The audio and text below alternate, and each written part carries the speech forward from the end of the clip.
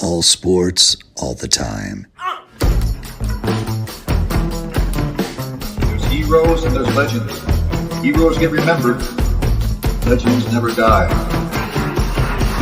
This is the Spoken Podcast. Hold your ears, folks. It's showtime. I'm your host, Lance Twidwell. Man, that kid, he can ball, man. He can ball. Touchdown, Kansas City! Patrick freaking Mahomes, baby! Let's talk some sports, because that's what we're here to do. You are tuned in to The Spoken.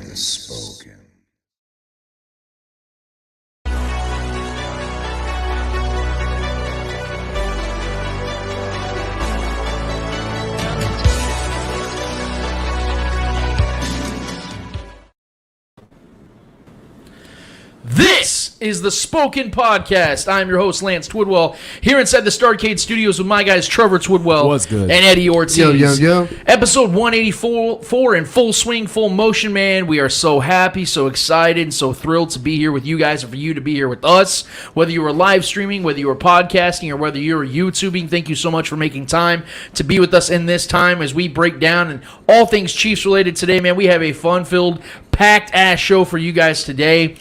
We got some Lance rants that I'm about to get to in a second. We got the Eddie Hour. We have Ryan Tracy from Locked On Chiefs coming in today, man, to give us his thoughts, his viewpoints, and his opinions on all things Chiefs so far. 2 weeks in, man. We're already going into week 3 for the Chiefs. I know the rest of the league has to catch up with the Chiefs and Chargers, who already played on Thursday and are ahead of everybody else. But, man, we're already talking about week 3 football for the Chiefs. The season is already moving quickly, as it does each and every season, man. It seems like we get so amped up and ready to go for the season, and before you know it, man, we're already halfway through the season, and the Super Bowl's 2 weeks away, and you feel like you never can enjoy it enough because it just flies absolutely by.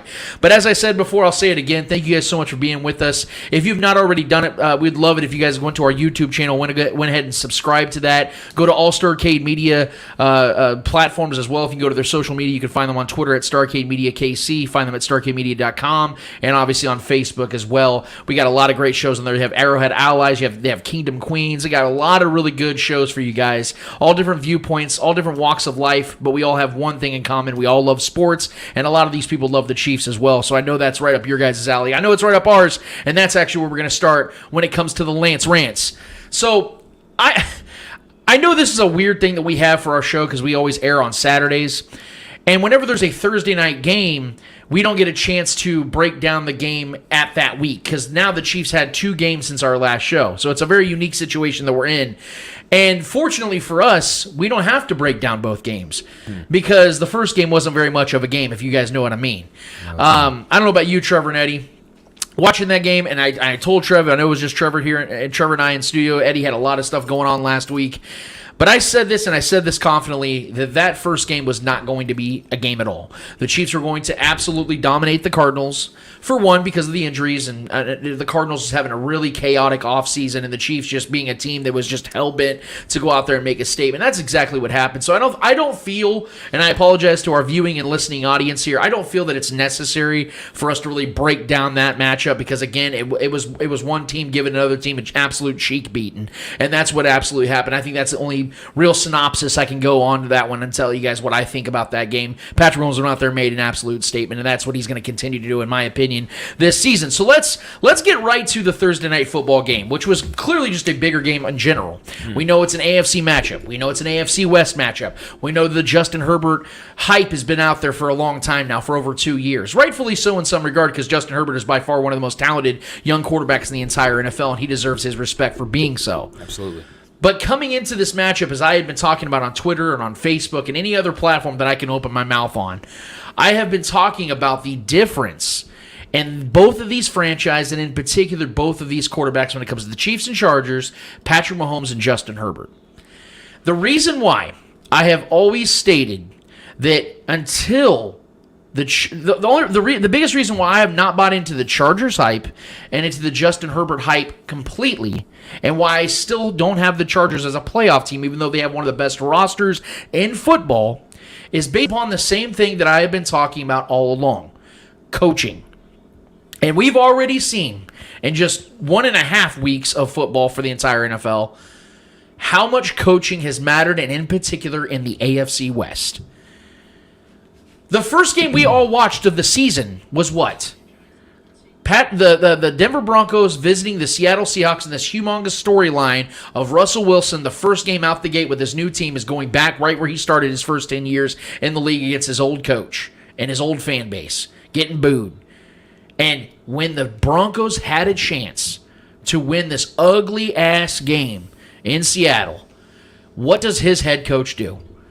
Takes the ball out of his hands, the guy they just gave a $256 million extension to. They take the ball out of his hands and try to go for a record-setting, or a record-tying, rather, field goal attempt. Second. Or be a second, yeah. Basically, an almost impossible, a virtually impossible field goal to make. He decided to do that. Andy Reid doesn't make that decision. Okay? Great coaches don't make that decision. That's a decision that a guy that doesn't know what he's doing makes. Then we go to Thursday night. Now, we're going to break this game down. We're going to talk all about this game. And let me first address the fact that Josh McDaniels just got his ass beat, even though the score was close. You could tell that Josh McDaniels is still way ahead of his skis. His head's way ahead of his skis. I don't believe in Josh McDaniels. Never have. Probably never will. He's 11-19. I believe 11-18 or 11-19 now in his head coaching career. So I'm not even going to give Josh McDaniels a ton of airtime here. But let's get right to Thursday. And again, we're going to break this game down a lot because there's a lot to discuss. And we can be critical about a lot of things the Chiefs did and didn't do in this game. And it's fair.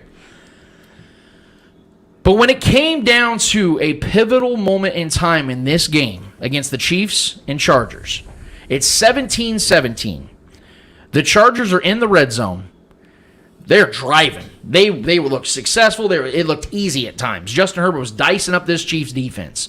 Couldn't get pressure on them a lot. The secondary looked like they were folding a lot of times. Mike Williams was open a lot. Gerald Everett was open a lot. And in fact, Gerald Everett was the one that was driving them down the field in this particular drive. But what comes with that? Fatigue. Especially early in the season when guys are still getting their lungs, when they're still getting their feet under them. They're still trying to get into that real shape of the NFL season. Gerald Everett, being a big tight end, was gassed. And he was calling out. He was asking to be subbed out because he did not want to affect the team's momentum trying to score a touchdown to go up 24-17. Brandon Staley had a decision on his hands right then and there. Do I sub my guy out and allow the Chiefs to make some substitutions, but stay confident in the fact that Justin Herbert's dominating this Chiefs defense right now on this drive? He's still going to get the job done even though they can make their adjustments. Or do I force that guy that's literally asking, basically pleading to be taken out of the game? Do I make him stay out there and hope that he can make a play on this drive? Because clearly Justin Herbert was just running, using up that mill, just drying that mill out, going to Gerald Everett. He chose the wrong choice to keep Gerald Everett on the field, even though it was clear and evident that Gerald Everett could not run even a single little route. He couldn't even run a fade route to the corner pylon. Couldn't even do it. And he throws it right to Jalen Watson, rookie 7th-round pick for the Chiefs. And he takes it to the house. That's the game. That decided the game right there. I believe, because Eddie, you and I talked about it a couple days ago, I think if the Chargers score that touchdown, they probably win the game. Mm-hmm. They probably win the game. And they were feet from it. And Justin Herbert made a bad decision. He should have known, because everybody's blaming Gerald Everett for that play. I don't.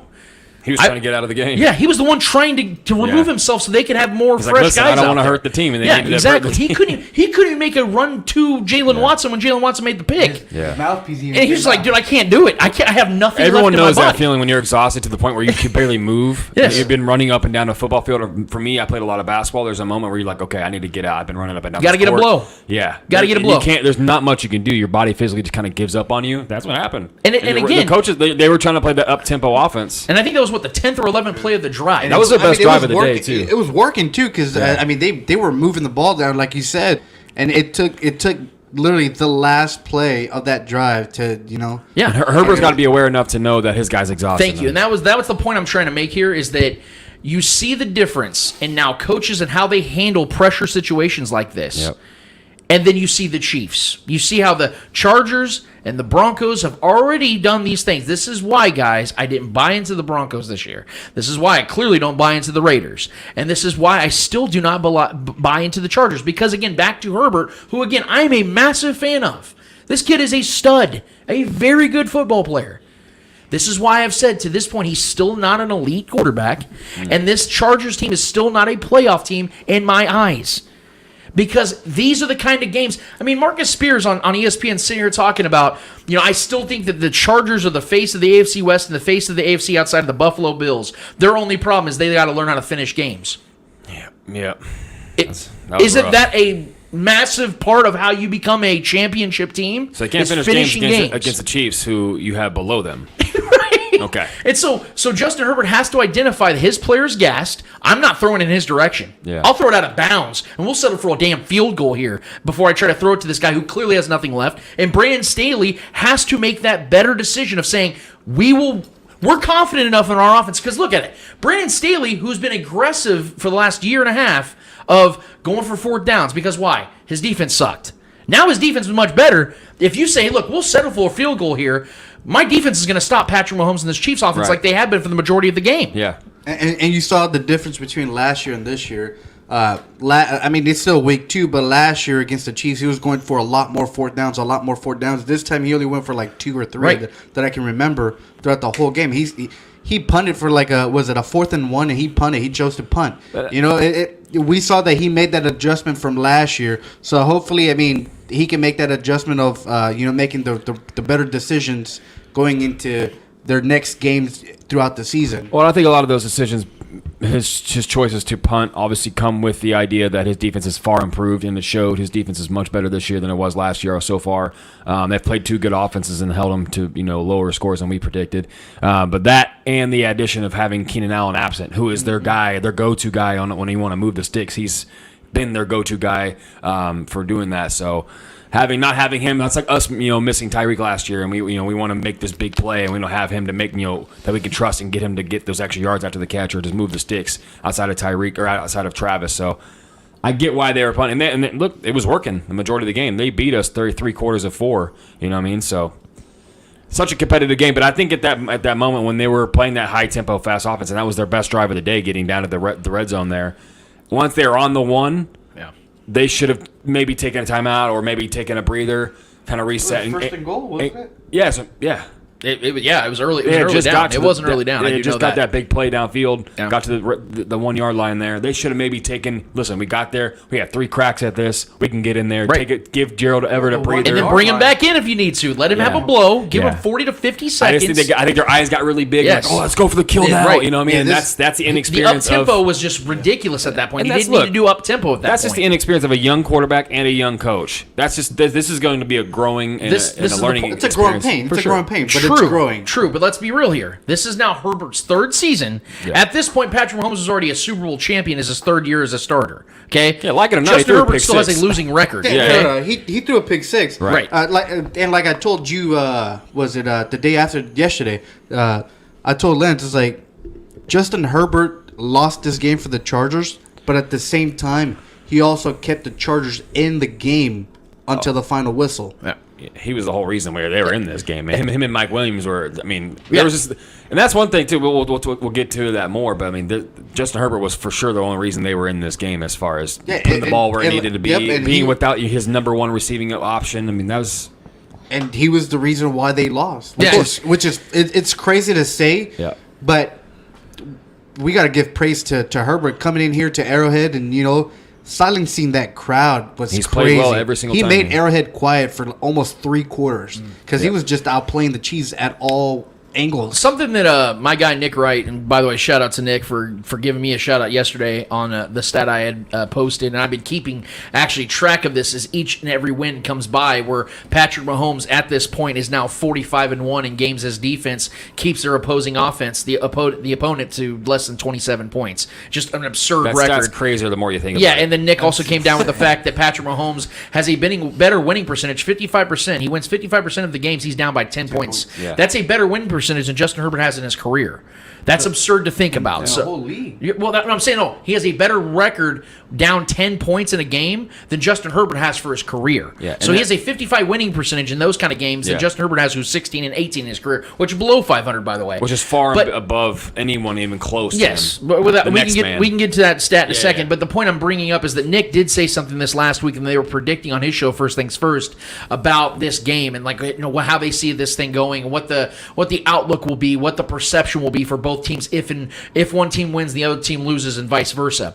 The pressure, according to Nick, was actually on the Chiefs in this game, because the look of it will be, if the Chiefs were to lose, this is going to be, this is the Justin Herbert era now. This is the Chiefs now taking a step back. This is the Chargers taking a step forward. If the Chiefs are to win, it's ho-hum, and the refs screwed the Chargers, even though that's absolutely farcical. Yeah. All these other narratives are going to come out in defense of the Chargers regardless. So the Chargers were never going to face the heat. It was only going to be the Chiefs that Could you imagine if Pat threw that pick six? Exactly. And that's what I'm saying. The difference in all this is, Jared Everett screwed Justin Herbert over. Well, Brandon Staley. Those things are true in some sense, but Justin Herbert still made a bad play. He still made a bad exactly. He threw right to Jalen. He threw right to Jalen Watson. Jalen Watson stepped forward and it just hit him right in the breadbasket. And he just had reservations for 6. Exactly. And so this is, I don't want to sound overly critical here, but guys, this is the point I'm trying to make when it comes to this quote-unquote rivalry.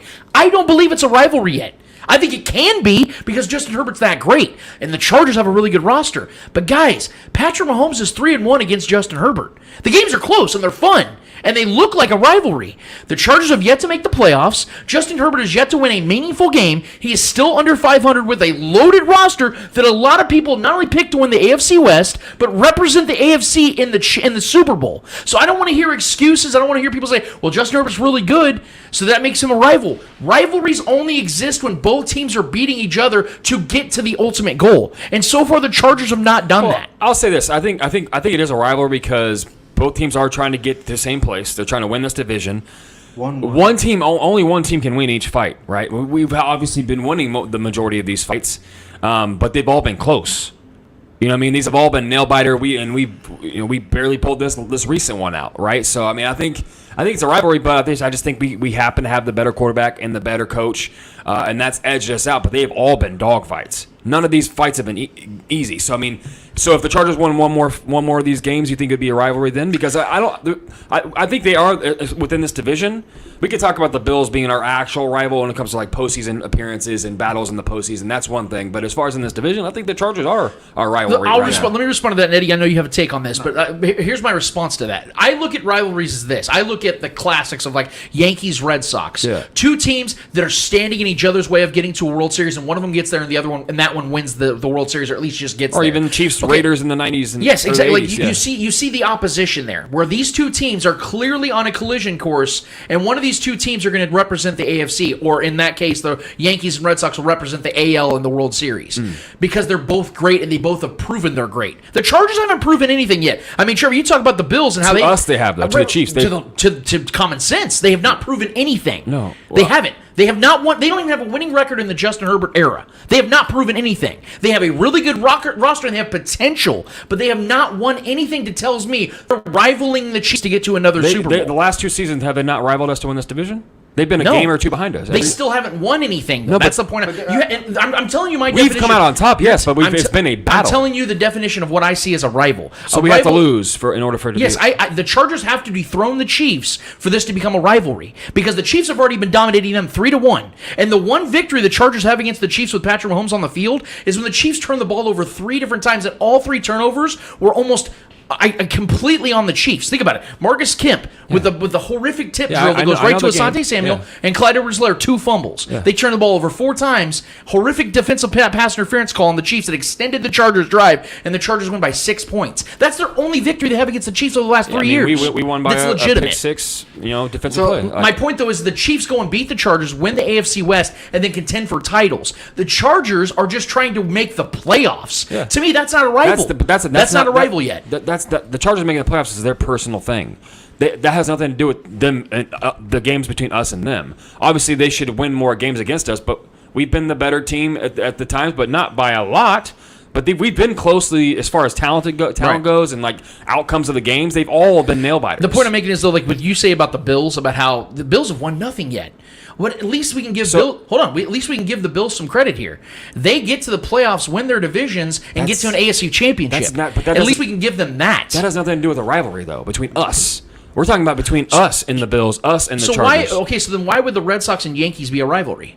Because they battled through each other through that entire... And they beat each other back and forth. Are they not in the same division, baseball's a whole different thing. Baseball, you play each other way more. They're in the same division, yes, absolutely. I was going to say, they're in the same division, so they're going to play each other. But you can have outer division rivalries, though. Like, I would say right now, the only team that I can say right now is definitively a rival to the Chiefs are the Bengals, because the Bengals have beaten them in a big game. No. And they're in the AFC, and they're a team that the Chiefs might have So to we face have to lose against. to a team for them to be a rivalry? Now? Yes, because I think that's How what. does Hold How does on. that If the work, Yankees, We barely played the Bengals. If the Yankees were beating the Red Sox 90% of the time, is that a rivalry?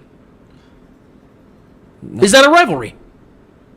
I mean, The Chiefs have beaten the Chargers 3 of the last 4 depends on times. what- How is that a rivalry? Okay, but yeah, that's like I'm saying. I don't consider the Raiders a rivalry now because we've dominated them for the last Thank you. decade and a half. Okay, but we haven't done. Okay, but we've had nail-biting games with the Chargers. Still wins. I'm talking about the last, as far as recency goes, the last 2-3 years, since Justin Herbert's been the quarterback here, every single game has been an absolute dog bite going down to we had 2 overtime games, and then this recent one where we had to barely pull it out by a pick 6. Yeah. Those are games. Those are extremely competitive games where they're a very good team. We're a very good team. They lost the division last year by what, 1 game? 2, I believe. Was it 2 games? Well, Chiefs went 12 and 5. That's how I heard them 3, again. if I'm not mistaken. 2.5, 3, because they went 9 and 8. Well, They finished third in the AFC but West. we were back and forth. They finished third in the AFC West. We won one, lost one last year against them. I'm just saying, like, this is a And the team. year before that. So Yeah, but the Chiefs didn't play their starters. So let me get Like, this it straight didn't with count. your context. With your context, say we've lost one more. Say we lost that last game. Say we went 0-2 against them last year, instead of winning, going 1-1. Yeah. It's a rivalry. Yes. Then? So based on one game. Yes, because you know why? That win would have gotten the Chargers in the playoffs. Okay, but and that makes them a Lance, legitimate rival for the Chiefs. Them making the playoffs is a them goal. Right, but Trevor, We're talking about what happens when we Okay, face. you understand what I'm saying, though? If the Chiefs and the Chargers, if they have a neck-and-neck record right now against each other over the last 2 years, that is a legitimate rivalry because they're neck-and-neck. The Chiefs and Chargers are not neck and neck. The Chiefs are contending for Super Bowls, have won their division 6 straight years, and beat the Chargers when it mattered most. But every single and beat them again this game year. between us has been a neck and neck game. I get it, but to me, I don't care about the neck and neck in the game. Who wins? That's all that matters. I don't understand why you think the playoffs is a reason to call this a rivalry. Is that not the ultimate goal here? For them. I'm Right, talking about sure. the games between us Okay. and within our division. The Chargers are a team that a lot of people are having penciled in to either win the AFC West, at worst make the playoffs, Yes. and then contend for a Super Bowl. Yes. They don't do that. Are they not a disappointment? For them. But that has nothing to do with the but- games between us. but wouldn't All that we can- make- only thing we can call this a rivalry is talk about the games that we faced each other. Not whether they can miss the playoffs every year and we still have a rivalry between them within the division. Yes. What yes. makes it a rivalry? What do you The mean? division. Every single game has been. So you just said yourself the Raiders are not a rival to you right now because the Chiefs dominate them. Yes. Okay, record-wise, they do the same to the Yes, Chargers. because we've outscored them like by hundreds of points. So it matters how the Chiefs beat them? Every single game we've faced the Chargers has been an absolute dogfight But since the Chiefs Herbert's still been win here. the correct? majority of the games. Yes, Lance, someone has to So win. why does it matter? Someone has to win, though. But what I'm saying is, why does the style of the victory matter in a non-rivalry? Because we're not sure who's going to win each time we face. But That's what I'm they- saying. the When we go Chiefs into Raider still Week, we are win the we are game. very confident we're going to go out there and destroy okay, those but guys. the Chiefs still win the game, so why does it matter how they win? Okay, man. If they win 3 of the last Because 4 games... since Herbert's been here, he has beat us, correct? Yes. Yeah, He has beat us. Yes, Twice. Trevor, yes. Okay. Yes, in a game by 6 points that I just contextualized. So he has 2 wins against us. How many wins No, does Patrick? he does not have 2 wins against the Chiefs. He has 1 win that's Okay, legitimate. on paper, he does, though. He has to go out there and play the game. So Lance. that's okay. So hold on, that Week 7 victory when the Chiefs I don't rested think it their counts either. starters- I don't think it Thank counts you. really either, Thank but- you. That does not a legitimate but it victory. is there. Okay. It's not a. Come on, guys. Come on. That's not a legitimate victory. Let's be honest here. So when the Chargers face us, That's kind of like saying, that's kind of like saying in soccer, it's like, oh, you won by a PK, it doesn't count, so that's not a legit. If Neymar and Messi don't play in a game, let's say they're on the same team, they don't play, and the other team beats them. That's we all legitimate? know that game is a wash. Yes. We all know that we locked up the I division. don't see it that we way. all know we locked up the division that time of the year. We all know that game did not really matter truly. But Right. I'm saying the Chargers very well were in position to win that game this past Thursday. and they didn't. Okay, but they didn't. But we know that every single time when we go into these matchups that we know that the Chargers are probably our toughest matchup. So the Chiefs. So let's say the Chiefs beat them by 20. I can't believe you actually think the Bengals are actually a tougher matchup and more of a rivalry to us than the Chargers. Oh, That I'm doesn't sorry, make any but sense last to me. I checked, the Bengals beat the Chiefs twice last year. Dude, I know that, but they are not. You know that they are not more of a rival to us. But than no, Hold on, no, so no, the no, Bengals- no, the no, Bengals we're haven't talking- proven We're more- talking within hold on, this hold on. division. The Bengals Hold haven't on. proven more than the Chargers have over the last year. Hold on. That's a personal goal between the teams. But hold on. How Not is that against the They Chiefs? represent Hold the on. AFC. Not against the Chiefs, bro. Go ahead. But how can that be a rivalry? We haven't beat them yet. Because the Chiefs, I just told you. The But you Chiefs ju- are, hold on, I'm explaining it. Because of the fact that the Chiefs are a team that can stand in opposition with the Bengals in the playoffs. Because last I checked, the Chiefs hosted the AFC Championship. The Bengals still had to come to their house and beat them, and that's what they did. So from the viewpoint of the Chiefs, that is a rival, that a legitimate rival because Justin they beat Herbert's the Chiefs won both twice times. in Arrowhead, right? Yeah. Okay, we're gonna move on. Oh, because okay, he's won once. Yeah, thank you. Okay, Thank you. so that's what I'm saying, Yes. dude. Like, And- that's the same logic. It's just the fact that we haven't beat the Bengals. No, it's not the same logic because the Chiefs have a winning record against. so Justin do Herbert. the Chiefs need to beat the Bengals Chiefs don't- first the to become Chiefs a haven't beat rivalry. Joe- Exactly. The Chiefs That's haven't what- beaten Joe Burrow yet. So it's not a rivalry. So it's not a rivalry. They've beaten. Yes, guys. I just explained it. The Chiefs are in the playoffs, hosting the AFC So Championship. it has to be in the playoffs. Do the playoffs not matter in rivalries? Of course. But I'm talking about inside this division. The Chargers are 100% a rivalry in this division. Based on what? Yes. Justin Herbert has beat us twice. Whether you think that game matters or not, he has 2 wins in Arrowhead against us. Did that win actually matter by any means? No. Okay, he won one legit one in the AFC Okay. in Arrowhead since he's been Yes. here. All right, so he's got to win the Chiefs against have us. beaten him 3 He's times. got a fair and square win against us Yes. in Arrowhead. Yes. Since he's been here, he's only been a quarterback. This is his 3rd season. So it became a rivalry to your standards. Granted, we all know Patrick Mahomes is the better quarterback. We all know Andy Reid's the better head coach, and they've had the better end of and from both in two of the 4 games he's played us. I think we went to have- overtime. I think we have 2 different definitions of what a rivalry is. I have higher standards for what a rivalry Yours is about is. playoff success. I'm getting the I'm playoffs. talking about and facing division games, win-loss records. How do the Bengals you were make it saying then? you were saying, well, I know the Chiefs have won 3 of the last 4 games, but they're close. So we played the the Bengals- Raiders aren't a Patrick- rival, even though the Raiders actually made the playoffs last year. Burrow's beat us once but in the the AFC Chiefs matchup. dominate them, so that isn't a rivalry. So Burrow's beat. We played Burrow once in twice. I'm not outside the playoffs. Yeah. We played him once. How many and times that's have a we played the rivalry. Chargers in the playoffs?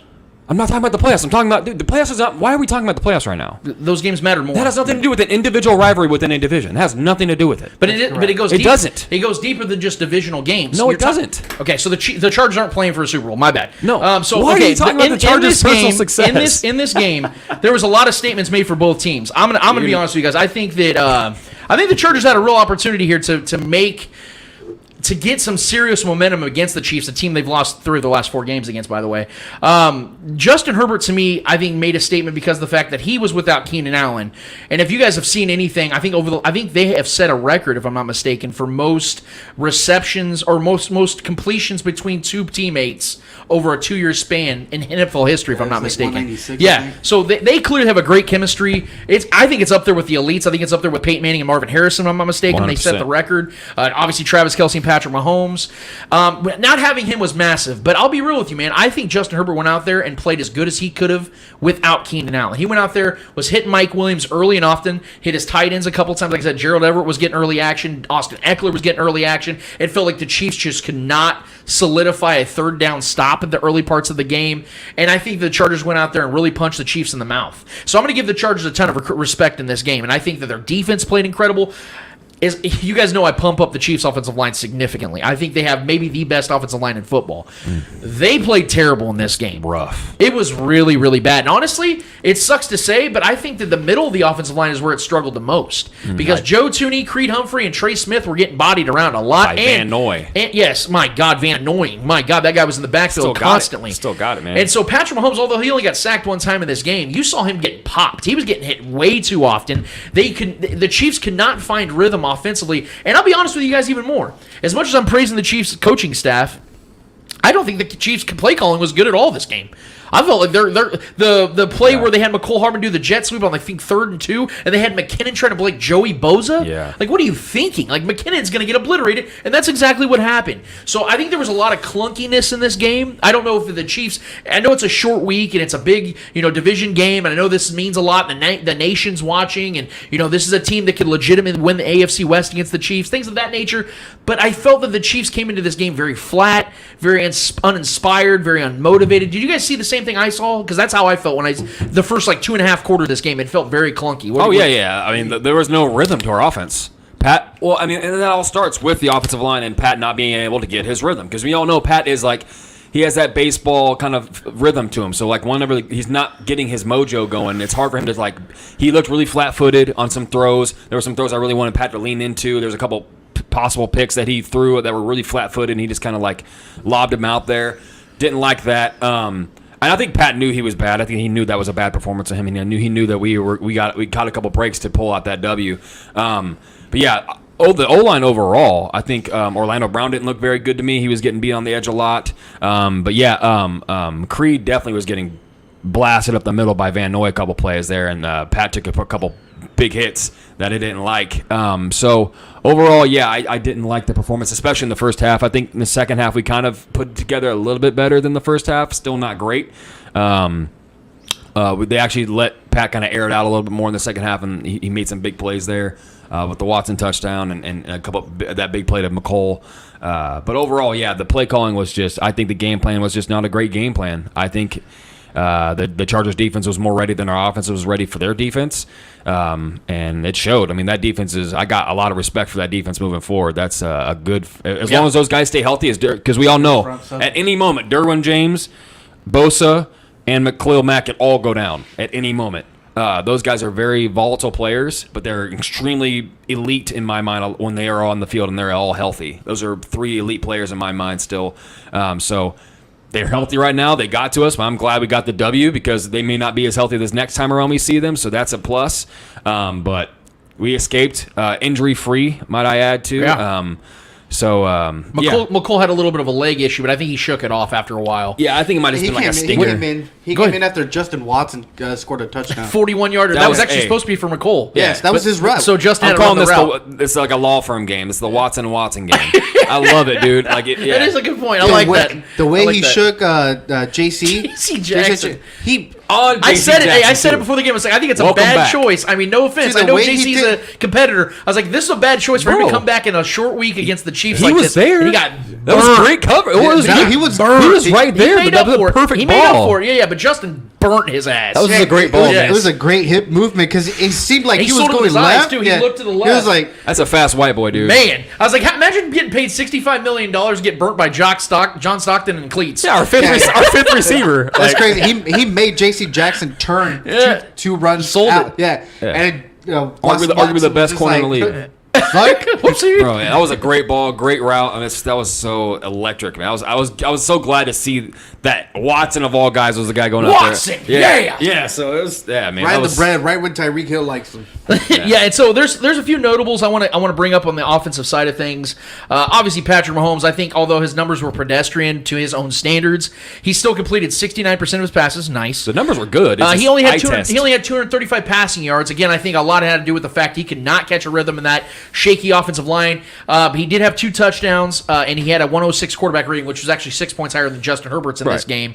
So there's that to factor in.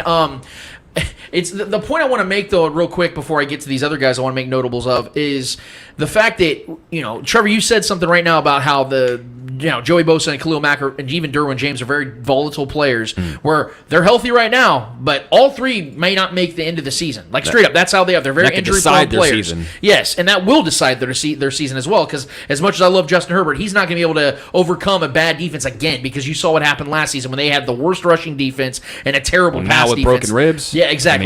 Now he's got cartilage fracture. Yeah. A cartilage Fractures, fracture. yeah. They're saying that he might try to practice, but more than likely he won't play against the Jaguars. I've been hearing that could be worse than actually breaking your ribs. It can be. It's More definitely more painful. painful. It's like a So bruise. so what they Bone said bruise. is it takes a lot longer to heal than Yeah. a bone because there's no blood flow, yeah. Yeah. So they were saying it's like it can take up to 12 weeks to recover for that.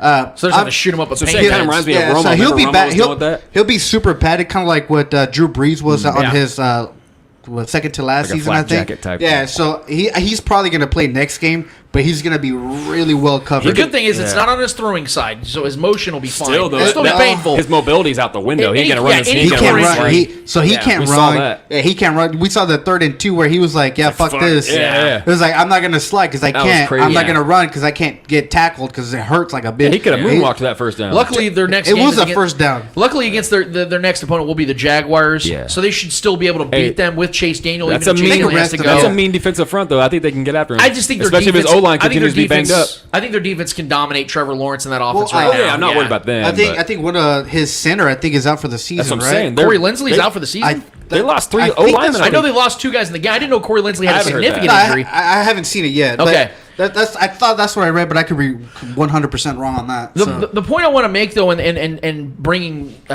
this up is the fact that, it's got to be frustrating for the Chargers. I'm just going to say this is not me shit talking them. I'm trying to put myself in their position.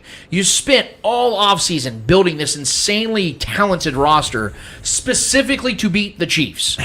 And here they are in a game they very much should win, and you let it go. Because to Trevor's point, the chances that they're going to have Joey Bosa, Khalil Mack, and Derwin James on the field the next time the Chiefs J.C. face them, Jackson. or J.C. Jackson, It's not good. The chances aren't good. Yeah. So if you were going to steal a game against the Chiefs, it would have been this one right here early in the season while you're still fresh, feeling good about another divisional win you had the previous Sunday against the Raiders where you dominated Derek Carr. You turned. I think they sacked him 6 times or 6 times total. And it ain't like we weren't without our guy either. We had our first round pick, McDuffie, who pitched a shutout the game previous to the Cardinals. And they're saying supposedly his grade was. I think it was James Palmer that reported it this morning. So the anticipation initially was that Trent McDuffie would be out for about 3 to 4 weeks. Yeah.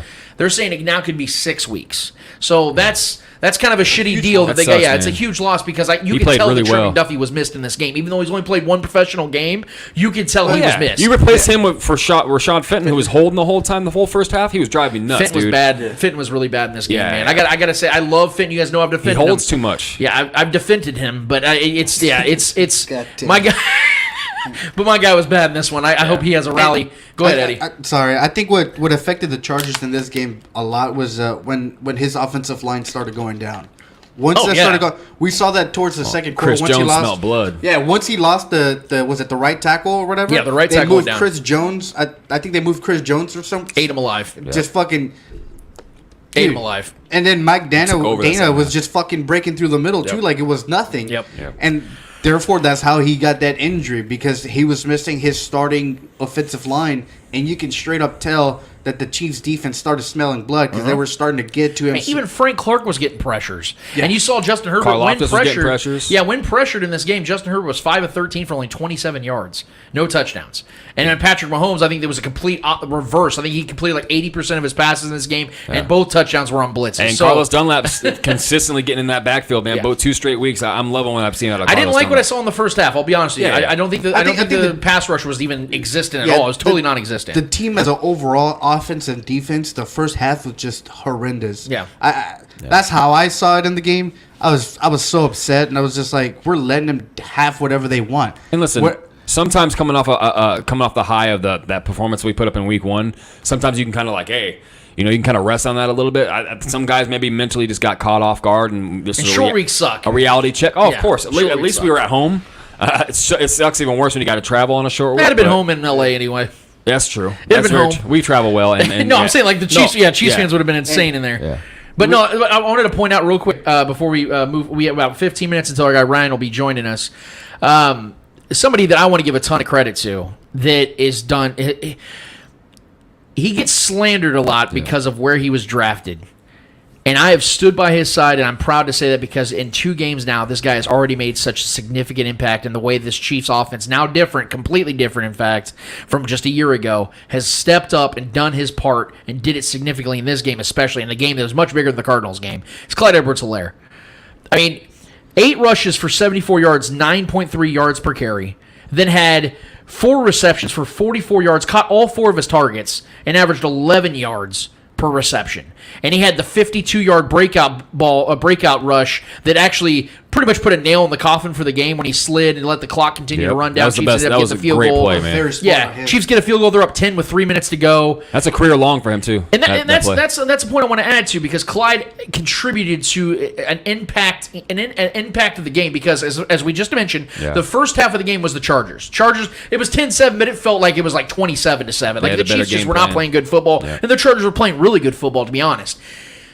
The second half, though, like I know as much as people say, like, oh, the Chargers choked, the Chiefs got lucky, the Asante Samuel's interception was really a pick, which, by the way, it fucking wasn't. Can we clarify this? It hit the damn ground. They reviewed it. Yeah. It was clear as day on the ground. Anyway, I'm not going to go on a tangent because everyone's been talking about that.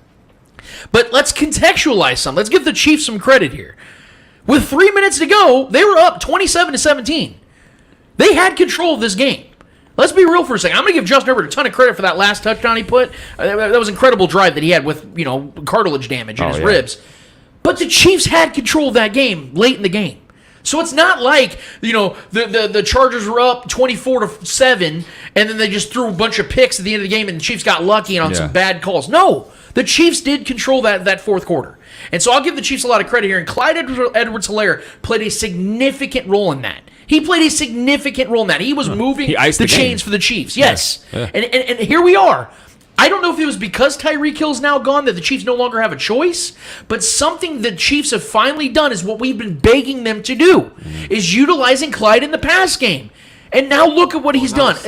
He's effective as hell. He scored multiple touchdowns in the pass game already. He's 2 weeks in. I think he's averaging 4 targets a game now. Yeah, and as big as we are on Isaiah Pacheco, and as much as I love Jerick McKinnon, as much as I love those guys, to me, this is why I haven't budged off it, guys. Clyde is still RB1. Because he's been the most effective running back on this team. You can call it the motivation of having Pacheco and McKinnon back. You can call it that. Whatever it is, it's working. Yeah. Clyde is doing his job. Yeah. And I could not be more proud of this guy because now, for the first time in 3 years, he looks like a first-round pick running back. Yeah, no, I agree with you. I've been critical for the position because I think it's a fair criticism for his lack of real production in this offense and where he was taken in the draft. But I see, what they're trying to do with him more this year. I think they waited way too long to really get him implemented into this kind of offensive scheme. Granted, it is a different offense, so it could be a little more run-centric and focused on getting the run. This is more of like, the way this offense is running right now is more of like a classic Andy Reid offense. This reminds me of the Brian Westbrook kind of days with McNabb and that kind of offense, the way it was kind of a little more just kind of take what the defense gives you. Pat's still got to work on that a little bit. He needs to throw some balls away instead of keeping the ball in play sometimes. That's still one of the weaknesses. Very few weaknesses in his game, but that is something that he could have blew this game. This guy's game because throwing a couple throws that should have just been thrown away. He's doing it more, I will say that. But yes, getting Clyde involved in this, and the running backs in general involved in this game. We have 3 very talented running backs in this roster, or 4 if you want to include Ronald Jones, who's been inactive. I think he's more of like a security blanket. If any one of these guys go down, which is, I hate to say it, is likely. I still believe Pacheco's the best pure runner on this team because I'll be honest, not to take any shade on Clyde, but I think Pacheco ran that 50-yard scamper. I think Pacheco would have took it to the house. I think Pacheco would have been gone on that play. But I do respect what Clyde did because he knows he doesn't have as much speed as Pacheco does, but he knows what his job was. And he ran that ball with both his hands around that football security because he knows he possibly blew us a couple games last year by some timely fumbles, some costly fumbles. Yeah. Against Chargers and the Ravens that game as well. Rough. Those were rough games. And he knew that. He does not want to experience that again. And he's got ears. He's heard the criticism. He's seen the criticism probably on Twitter as well about him. So I love and I respect that about Clyde, that he took that opportunity to look, hey, I'm going to prove to you this ball is mine. No one's taking from me. I'm going to run career-long run. He slid and stayed in bounds, kept that clock ticking. It was a perfect play for Clyde to see, and I think everyone needed to see that. So I think that's more. This gives the Chiefs Kingdom an opportunity to be more accepting and backing of him this season. I love how this team as a whole is taking criticism and making themselves even better because of it. Patrick Mahomes has come out on press conferences and kind of like give little bits and pieces of what he just read online. Yeah, he's been a little petty. Yeah. It's like, I know PFF's going to give me a low score, but we're just going to keep on doing it or whatever, You get the win? We got the win. Yeah, so, I mean, I love that from this team. I think that's the difference from last year. I think last year criticism got a little bit to the head of some of our elite players. Yeah. I want to say something real quick, too. I just want to say that good teams win bad games, right? And, I mean, I think like it's been mentioned numerous times, anybody who supports the Chiefs and critically, or not critically, but will look at it from the objective view of what the Chiefs actually are. They are a slave to their own success, right? Patrick's been a slave to his own success. The bar he's set is so high, it's so far above everyone else. He can only be criticized by what he is and what he's done already in his career. So I think everyone's expecting the Chiefs to win in a saucy way, to have some kind of flair to the win and have some kind of big home run hit. All the great quarterbacks, even Favre, as saucy as he was, Tom Brady, Drew Brees, Peyton Manning, they all won ugly games at times. They all won games where they weren't the best player, right? We've seen Tom Brady win Super Bowls, a few where he wasn't even the best player, right? And didn't have the best numbers. And was outplayed by the quarterback and still won, the other opposing quarterback and still won, right? And goal line games where interceptions were made to win him a Super Bowl. Good quarterbacks and good teams, good coaches win bad games like this. Yes. That's why we won this game. Coaching and the better quarterback and just timely plays as a team. That's why I want everyone to win. to understand we win these games as a team. It's not always going to be Pat making some kind of heroic play, right? It's not always going to be those things. We continue to win games because of our leadership and our guys that are put in the right position at the right time, all the way around from the coaching, not just Andy Reid, but the defensive coach. Spags has been coaching his ass off. I feel like that second half he took over and he understood what was going on in that game, and he had Chris Jones put in position to take over that game with 2 sacks. It's a collective. Right, it's not always going to be the sexy game. That's why that's why everyone was saying we're going to take a step back because of Tyreek's gone. That's not why we were winning games just because of Tyreek. We're a unit, right? Yeah. So that's what I want. It's exhausting to me to see that we always got to win the games this way. If you go look at all the greats, they all won games so many different ways. This was an ugly game, but good teams win bad games. And I'll put this out there. This is my view and how I see it. This is a division game. Mm. We know each other well. We know each other well. We know what we play. It's a rivalry game. Yeah. Don't say that. I don't want to get him started. But it's a division game. So obviously division games are going to be a lot closer or going to be a blowout. We saw it last year against the Raiders, and obviously against the Chargers we're a lot closer. But that's division games for you. We're gonna lose some, we're gonna win some. It happens. They know how we play, we know how they play, kind of thing. So those games are gonna be either a lot closer or just gonna be blowouts, you know. So this team to go out there, battle it out, and obviously being down pretty much majority of the game, being outplayed majority of the game, and still get that victory. This team is meant for a lot of things this year, and I think they know, and I think they want to achieve those objectives so bad. So that's what I love about this team. Yeah, and I want to mention something. By the way, we're 100% clipping maybe both of those takes you guys just had right there for our social media this week, because those are good takes. Something you said, Joe, about Spags is something I was talking about this offseason, about how this is the first time in Spags' coaching career he's been going into his 4th year as a defensive coordinator for a team. And not only an unforeseen challenge for him in that regard, it's the fact that this is the first time where he's got majority of young players in his defense than veteran players, because we all know Spags has admitted it several times over. Challenge for him, man. He likes having veteran players. He's even mentioned like Ben Neiman and guys like that he's used in the past. He goes, I'd rather have those guys out there to know where they're at as opposed to just having better talent. I think that's crazy, but that's the way he likes to coach. But I think this is going to be something that adds to his equation, or adds to his evolution as a coach, to where now he can understand, so it is better to have more talent out there, even though they might be a little bit more naive. They might have inexperience. Or malleable. It's better to have that than to have guys out there that might know the game better, might have more experience and more seasoning to them. But a lot of times... But they're not as good. They're stuck in their ways. A lot of times these older guys, these veterans are stuck in their ways, and they're not nearly as coachable. These young guys are more malleable, and you get them while they're young, and you can breed them into what you want them to be and how they become that player that you want them to be in your system. And, dude, what are the odds that a 7th-round pick, the replacement for our number 1 pick, McDuffie, that went down, is the guy that put that game away? Yeah. How romantic and how poetic is that, dude? Yes. That game, it gives me chills just watching that play over and over again in my head. I think we should just give him a W. We were now. losing our minds in our living room when that play happened. Dude. We could not believe that Watson is the guy that took it to the crib. Crazy thing is, this is Spagnuolo guys. Yeah, these are guys he big drafted. physical corners. These are his guys. He knows how to play these guys because he drafted them for a reason. And I think this year he finally has, obviously, 4 years of drafting or 3 years of drafting his defense, building his defense. So I think this year we're going to see a more of a Spagnuolo kind of defense, more of a, I guess you could say, a better defense evolving around Spagnuolo. He's going to be able to coach it a lot better, because those are his guys. And these are all guys that are going to be together for a while. Yeah. You know what I mean? And not a lot of these guys, are going to get their contracts here, but none of these guys are going to be super expensive. Some might.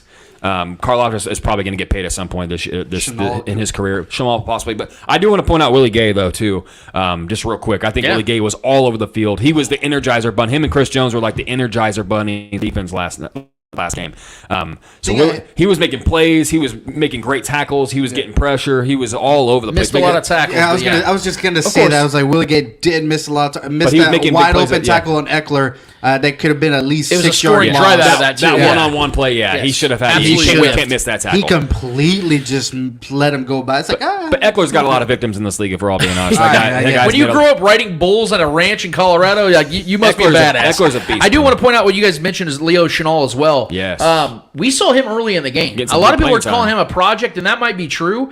But I think he's starting to gain some trust and credibility with the coaching staff because he was out there making impact plays early in the game. I got to give him credit for that. Also, the fact that I didn't want to talk about the refs, but I'm going to talk about the refs just for a quick second before we have our guy Ryan Tracy on, which I'm sure he'll be on here in a few minutes.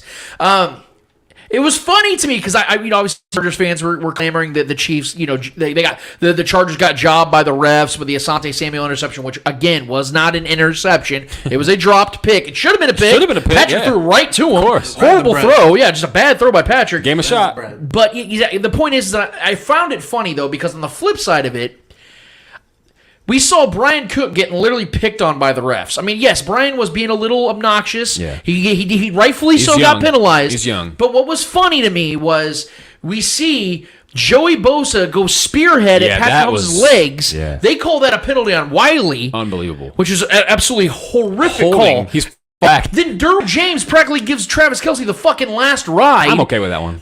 My point, though, is that is a penalty by the letter of the law. That is unnecessary roughness. Well, Travis Kelce kind of leaped into him, He though. did not leap. He was still on his feet when Derwin James lifted him. I watched the replay. He was trying to dive watch into it, the end watch it zone. while I'm Yeah, talking. okay, Go watch it. You both have your phones. Watch it while I'm talking. I'm telling you right now, Derwin James lifts Travis off the ground. Then Travis tries to move off of him, and the inertia brings Derwin James down above him. The point I'm trying to make, though, is yeah. those are two penalties the refs absolutely missed, and I found it funny. They were picking on a rookie, Brian Cook, who did not play very well Yeah. and had two bad penalties, and they should have been He's a penalties. hothead. I just Yeah. kind of found it funny how the Chiefs get twice as many penalties in this game, Yeah. and we got people bitching over here about, the Chargers got jobbed. How? Like, the Chiefs had literally twice as many penalties, and they missed two additional ones that should have went against the Chargers. And I will say, I think that Kelce from Derwin James, which I kind of liked, to be honest. It's I old love school. that. If I that was get on it. my team, I would be screaming at the screen, like, Sure. oh my, let's go, slam his ass. But Travis Kelce is my guy, and I'm glad he's okay. But at the same time, I think that's kind of like a sizeism kind of bias there with the refs. I think that would have been like McCole getting the slammed Shaq like that. treatment. They're You got the like, Shaq treatment. if McCole got slammed like that, bro, they would have the Shaq treatment. He got the Shaq treatment. But Yeah. the fact that Travis Kelce is as big as he is, that Yes. changes things. Travis was not off the ground.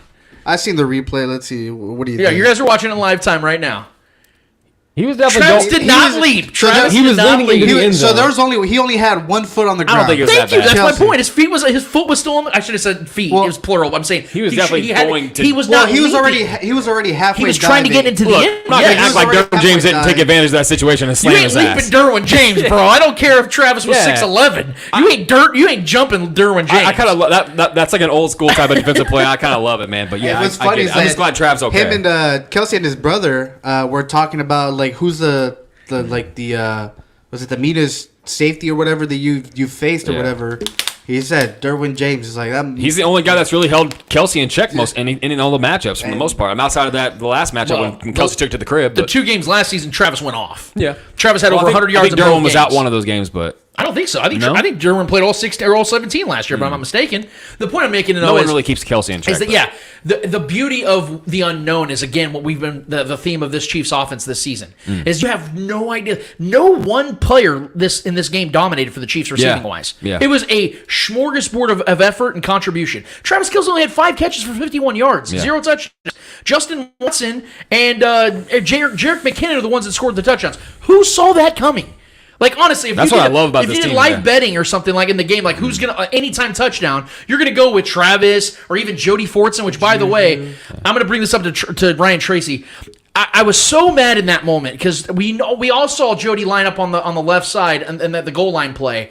We all knew that Patrick was going to throw him the ball. It's a bad throw. And Patrick threw him a sharp one, man. Yeah, he threw him an absolute sharp one. I was like, just got loft picked. that bad boy up. 6'6", dude, throw it in the air. Fortson's going, yeah, exactly. Fortson's going to go and grab that. Asante 6'6" Samuels ain't dude, going to give and get that ball. No, man, No, put that it ball up almost 11 got feet in the picked. air. That's what I'm saying. Because he threw it right to his numbers. Yeah, put that ball up 11 feet in the air and let Jody go and get Let him it. Like, fingertip it, straight yeah. up, man. Yeah, and so I hated that for Jody and that also, by the way, was the first time in Jody Fortson's Chiefs career where he got a target and didn't get a catch. Yeah. That's the first time he's gotten a target and didn't get the catch. I want to do that. I want to do that play every week. I want Jody Fortson to be in the red zone. Absolutely. I love it because that's such a. look what Mike Williams was doing to our corners. Our corners were in play most. There wasn't a Snead single. was all over. There wasn't a single play where Mike Williams was just by himself and Yeah. he burnt us. Snead Our was all defender over. Snead was there on all these plays. There was just a great ball, and he threw it, and the ball was put to where only Mike Williams could get it. Mm-hmm. Those are great plays. And that touchdown that Mike Williams caught was incredible, dude. The way he stayed in bounds for as a big a guy as he is, and that was just, I got to give him kudos on that. That was an insane pass and catch, more of an insane catch in my mind. But yeah, man. I want to say this too about Juju. There was a massive disappearing. I think he had 2 catches. 3 catches? Yeah. But they were like, what, for 5 total yards, something like that, 6 yards? He had 10 yards. So we got to stop that Yeah, too. 3 catches for 10 yards. So I don't know if something was wrong with him. He was on the field that much. Like, I feel like he was on the field a decent amount of time, but like when he was on the field, I felt like he was kind of like a decoy. He was like out there just to block. And he didn't look confident in his routes a lot of times. He was. I don't know what, going from last week to where it was a great debut for him. He looked really, really good. And he was pretty much the number 1 target last week. He is lingering with that knee And shoulder. That's what He I'm has a knee and concerned shoulder, about. yes. I haven't heard anything about it. Well, this It's 12, a long 13-day rest is so really he'll nice be for him. he'll be. I think him having that kind of game on Sunday and then coming right around on Thursday and kind of going back to back pretty much games. I think we saw like that injury that's lingering. So that's what I'm nervous about. I hope he's all right. Nothing too serious because he was out there, so I know it's not too serious, but I think it was lingering enough to where it limited some of his. I just watched a lot of, like, I was watching him on most of the plays when he was out there, and his body language just wasn't what I wanted to see from a guy that's supposed to be our number 1 receiver. And then Mahomes missing an MVS in one of the routes. He just didn't throw it good enough. Our offense struggled for sure. Yeah, Mahomes had a rough day. I know the numbers show otherwise, but if you watch the game, you can say that it was a rough day. Absolutely, and again, I think a lot of context is involved in it. Again, it's a short week against a team that dedicated their entire offseason to build to beat you. They brought in Khalil Mack, which again, I'm not sold yet on Khalil having a great blow-up season again. I don't think he's 2018 Khalil Mack. I don't think he's 3.5, 4 sacks already? 100%. He's starting off hot as hell, and I'm going to give him all the credit in the world. But again, this is a guy that's dealt with a lot of injuries. This is a guy that has not had double-digit sacks in a season in over 4 years. I think that this is... I think this is, like I said, a very good victory for the Chiefs to get early in the year when you get the Chargers at their best. Against a rival. They got to prove it, damn it. They got to prove it to me before. Chiefs need to lose to them. I will have no problem calling Justin Herbert an elite quarterback. I will have no problem calling the Chargers a legitimate rival to the Chiefs once they do the things that I build my criteria off of. Justin Herbert's 2-3 against the Chiefs, so I think that's a rivalry. You better back off. That's a rivalry. The Chiefs need to be 0-4 against them. That's what needs to happen in order for it to be. No. I'm just saying. I look at results, baby. I look at results. I know like you said, like, they're close games. I get it. They're close games. But when it comes down to it, far more times than not, the Chiefs have beaten Justin Herbert than he's beaten them. And that's what I stick with, and that's why, again, I look at the way the Chiefs continue to dominate the AFC West. Patrick Mahomes is now 22-3 against AFC West divisional foes. They're a foe. I don't know if they're a rival yet, because again, when you're beating your division that soundly, at an historic level, it's really hard to say anybody's his rival right now. It really is. Outside of, like I said, I got to give the Bengals credit here. They beat the Chiefs both times last year. Now that week, that regular season game was an absolutely atrocious shit show by the referees. I ain't gonna try to be the guy that blames refs, but we all remember how horrific that game was called. Then in the AFC Championship, Chiefs absolutely choked. But you got to give the Bengals credit for finishing those games. This is the way I define it, baby. That's the way I define it. The Bengals look at us and be like, that's not a rivalry. They haven't beat us. It's Lance's truth, okay? It's Lance's truth. Lance speaks truth. This is there's definitions for everything, man. And like I said, when you can dethrone the Chiefs, because if the Bills beat the Chiefs in the playoffs last year, you got to say, okay, this is it right here. The Bills are the team that the Chiefs have to watch out for constantly because they actually took them down. That didn't happen. So the Chiefs still own the Bills. Do the Chiefs not own the Bills? They're 3-1 against them in the Josh Allen era. 3-1. But they did beat them once. So in a regular season game earlier in the year. Do you think Peyton Manning and Tom Brady were a rivalry? Yeah, you know why? Because even though Tom Brady won more times than Peyton Manning, you know that Peyton Manning was 3-1 against him in the AFC Championships. Yeah, I get it. But neck and neck. Tom Brady won more than Brady though. But the point is, the biggest games somebody's got to win more games than the other. But then the biggest game that they could face each other in, which was the AFC Championship, Peyton Manning won 3 of 4. So there is a legitimate rivalry there because they were neck and neck in playoff games against each other. Because and again, they weren't in the same division, by the way. Tom Brady won. They weren't in the same division. They were all neck and neck games. Tom Brady won more than Manning, though. He won more success. He was more successful, yeah. Right. So, I mean, that's what I'm saying. But Like, somebody's got to win more than the other. How are you missing what I just said, though? No, I understand what in you're saying. In the biggest games, Peyton Manning beat him more times. Okay, but you got to understand, this is still early on in this. I believe, with this rivalry between Herbert and Patrick Mahomes. I don't want to get too deep into this again, but this is still very early on, and Herbert already has one straight-up win against Patrick Mahomes in Arrowhead. Yes, he has a victory against the Chiefs. Yes, and they've only played a handful of times, bro. And so does Derek Carr. Okay, but we all know that we've been owning the Raiders for years now. Derek Carr has been terrible. Haven't the Chiefs won like 13 of the last 14 of the last 16 against the Chargers? A lot of those games were not competitive against the Raiders. We've outscored them by literally hundreds of points. Going back to style points. No, dude. Like everyone knows that within the fan base, you're not going to be able to tell a Chiefs fan there's not a rivalry between the Raiders. It's 100% still a fan-based rivalry. Sure, in the stands, of course. Yes. Same with the Chargers. But no. Because when it comes to football, it is a dogfight between the Chargers. We don't know who's going to win these games a lot of times. And the Chiefs have still won 85% of the games. Yes, just like Tom Brady won most of his games, and he had battles against Peyton Manning, but Tom Brady far succeeded more than Peyton Manning did. Not neck and neck, or not face to face. Okay. And team success, yeah, because the Patriots were the better rosters, had better coaching. Yeah, and they only met a few times. But who's the better quarterback, Sharon, in your opinion? Who's the better quarterback? Peyton Manning. Okay. So what was the deciding factor? So now we're talking style points? No, not style points. I'm talking about I'm building a case here that the Peyton Manning and Tom Brady were a legitimate rival because they beat the crap out of each other. It wasn't Tom Brady dominated Peyton Manning. That's not the case. It's not the case. Well, there was a couple games where there was, especially in the later years with the Broncos, that defense is what won those games. Yes, but I'm saying it was not Peyton Manning, and I love Peyton Manning, but in the Colts time with Peyton Manning, 11 years there, he beat Tom Brady 3 times in the AFC Championship. Sure, 3 times. So that's all I'm trying to say. It's not but that you're talking about over 20 years. That's over a 20-year span plus. Mm-hmm. This is a few years, and Justin Herbert already has a win in Arrowhead. You could downplay the other one. We can, of course, I will as well, but. And he's been in Arrowhead twice, and he's narrowly lost. And a couple of these games have already gone to overtime. I'm not that big to on me is a rivalry. Maybe other people Someone are. has to win. Right, I'm saying, but I'm not. Would you rather a tie and then it's a rivalry? What I'm saying is, I'm not a guy that like buys in the whole like moral victory thing. No. Where it's like, well, they were close. No, someone has to They win. were better than the Raiders. Well, the Raiders beat them in Week 17. I'm just not buying the fact that we need to lose to them again for it to be a rivalry. I'm saying that it needs to be more competitive. It has been. How much more record-wise. 2 out of the last 4 games have been in overtime. How can you get more competitive than that? But what matters? Is them winning matters more? Is it close losses or actually winning? Someone has to win the games, Lance. Right, and the Chiefs keep winning. Yes, but they've also won 2 of them. Regardless, we can talk about the other. But they've also won 1 straight up in Arrowhead, and 2 of those games went to overtime. You're acting like these are games we just dominated Chiefs, them. And if you please, just beat the Christ out of the Chargers. What week is it of they course. play again? Beat them by like 38, and then Is it before the bye though, or is it after the bye? God damn, what game? I'm looking at it now because this needs to die. I the Chargers twice, like almost immediately. Well, I know they play the Raiders in Week 5. I'm just trying to understand your logic because you think the Bengals are more of a rivalry because they've beat us twice. They play. That doesn't make any sense. The Chargers Week 11, so we got quite a while to go. And that's gonna be interesting to see again where the Chargers lie in their health because they're relying on a lot of guys right now that are and Justin Herbert again. We're assuming he's going to be okay. Hopefully, he doesn't take any more hits because that could get way worse. And if Corey Linsley's out for any length of time, then you're talking about having a real problem on their hands up the middle of that offensive line. While we wait for our guy Brian Tracy.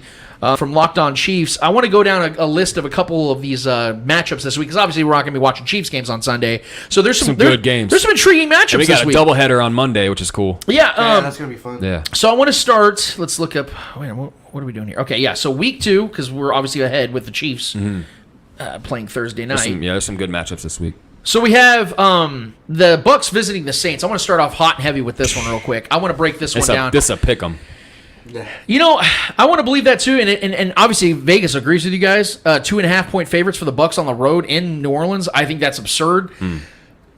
Both of these offenses have some real problems. The Saints' offensive line has taken some hits. They haven't looked as good as I anticipated them to. Alvin Kamara has a rib injury. He may not give it a go. Outside of that, the Saints roster is ready to take on the challenge of playing the Bucks again. The Bucks on the other side, I mean, dude, it looks like the novel of Love and War of the injuries they have right now. I mean, there's just page after page. I mean, Chris Godwin's out. He's gonna be out for a while, out, yeah. at least a month. He's gonna be out for a while. Mike Evans already banged up a little bit. Mike Evans is questionable for this Julio game. Jones is questionable. Russell Gage is questionable. Julio Jones may not give it a go. Leonard Fournette's banged up. Yeah. The offensive line took Third even string more offensive hits. line, yeah. I mean, the only saving grace for this Bucks team right now is their Tom incredible Brady. defense. No, their incredible Tom defense. Brady. That front seven is still nasty as hell, man. Yeah. Like that Bucks defense looks really good. Having said that, let's contextualize this for a second. The only time we've seen them this year is against an inept and horrific Cowboys offense. That offensive line for the Cowboys was terrible. They couldn't get anything going. I'll give the Bucks credit, but I think that's kind of a bad case study for what this Bucks defense can be. I do think that they get the benefit of the doubt because of what they've been over the last 2 years. This is going to be an interesting matchup, but I'm gonna take you guys can call this a hot take, whatever you guys want to call it.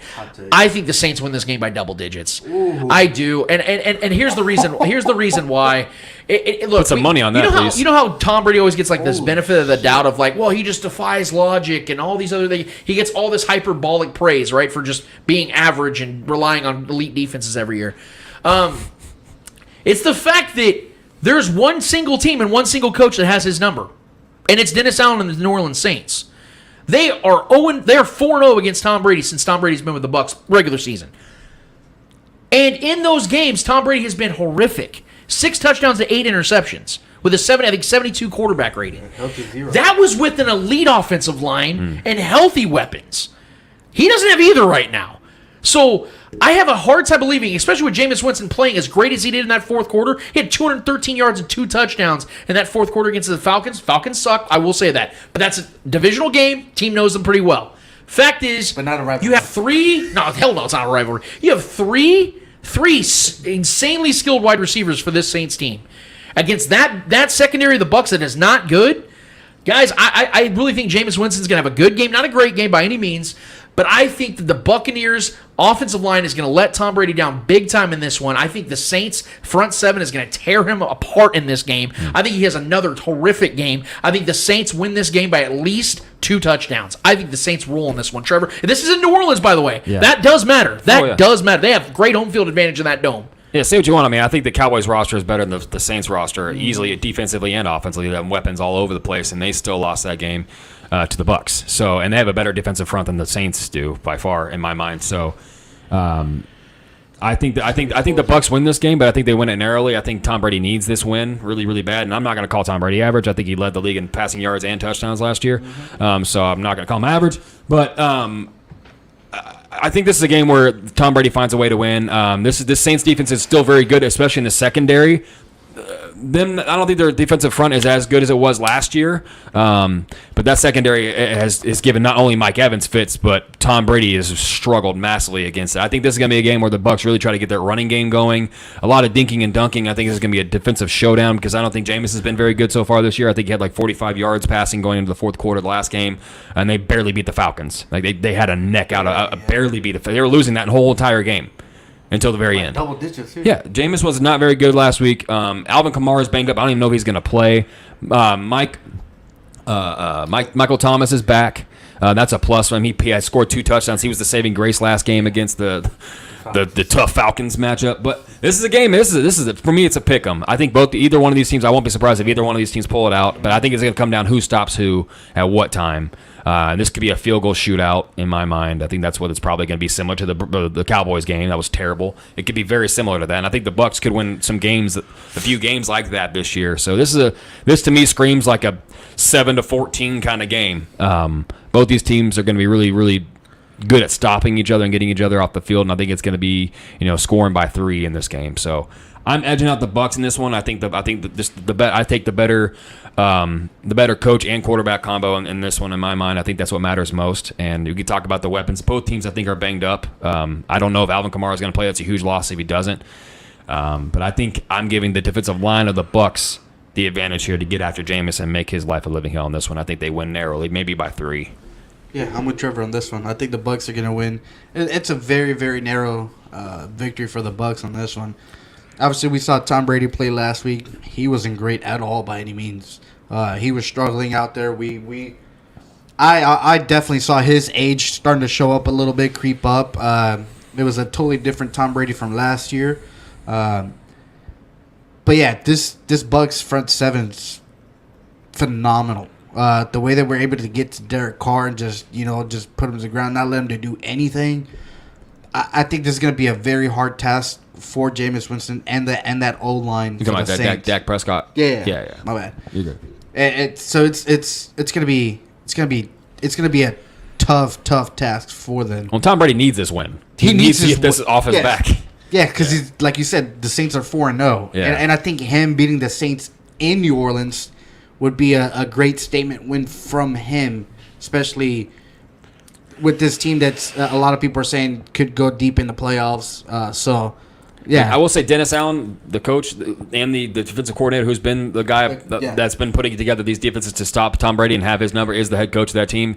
And sometimes matchups let's make fights. So if the Bucks lose, I will not be surprised either. Yeah. He's got that stout defense and a looming divorce on the other side of that. So I think this is gonna be a tough matchup for him mentally, man. He's got to get this. Some teams just tend to have mental advantages over others, just like the Chiefs and the Chargers, right? We have a mental advantage. We win when it matters. They lose when it matters.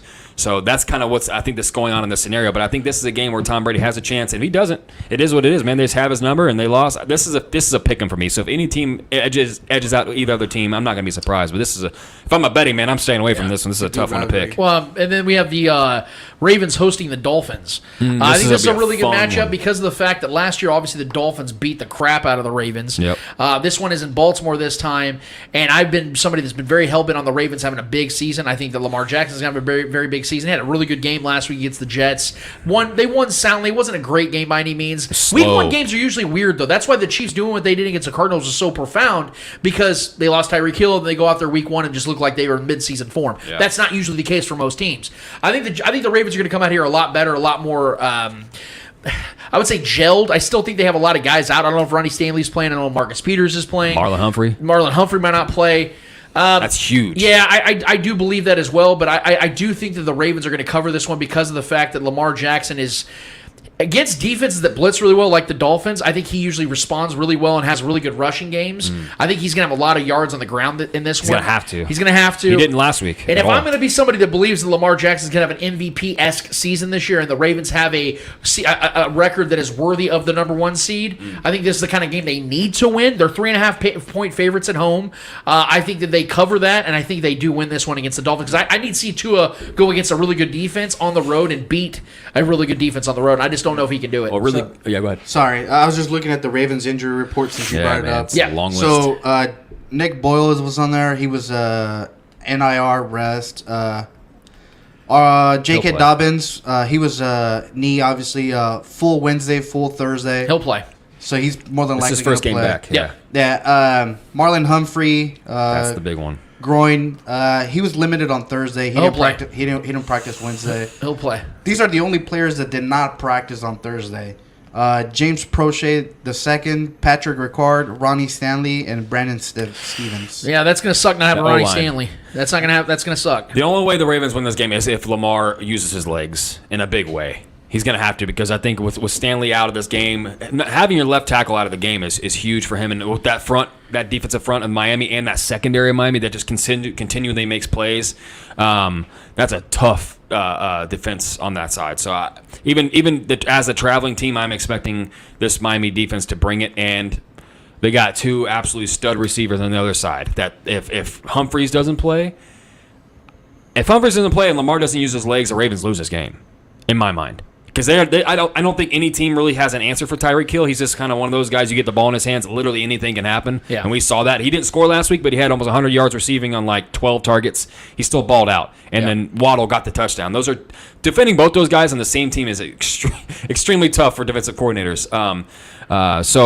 Man, this is a tough one for. I'm actually going to pick the Dolphins to win this game because of the defense, and unless Lamar has an absolute massive run game in this game, I don't think the Ravens win, especially if he's without his starting left tackle, and if Marlon Humphreys is banged up and or out. A groin is a serious thing, and Humphreys is always banged up. So if he goes out in the middle of the game, even if he starts and he goes out in the middle of the game, I think Tyreek and Waddle are going to eat up that secondary, and I think the Miami Dolphins pull this one out. So this is the injury report for the Miami Dolphins.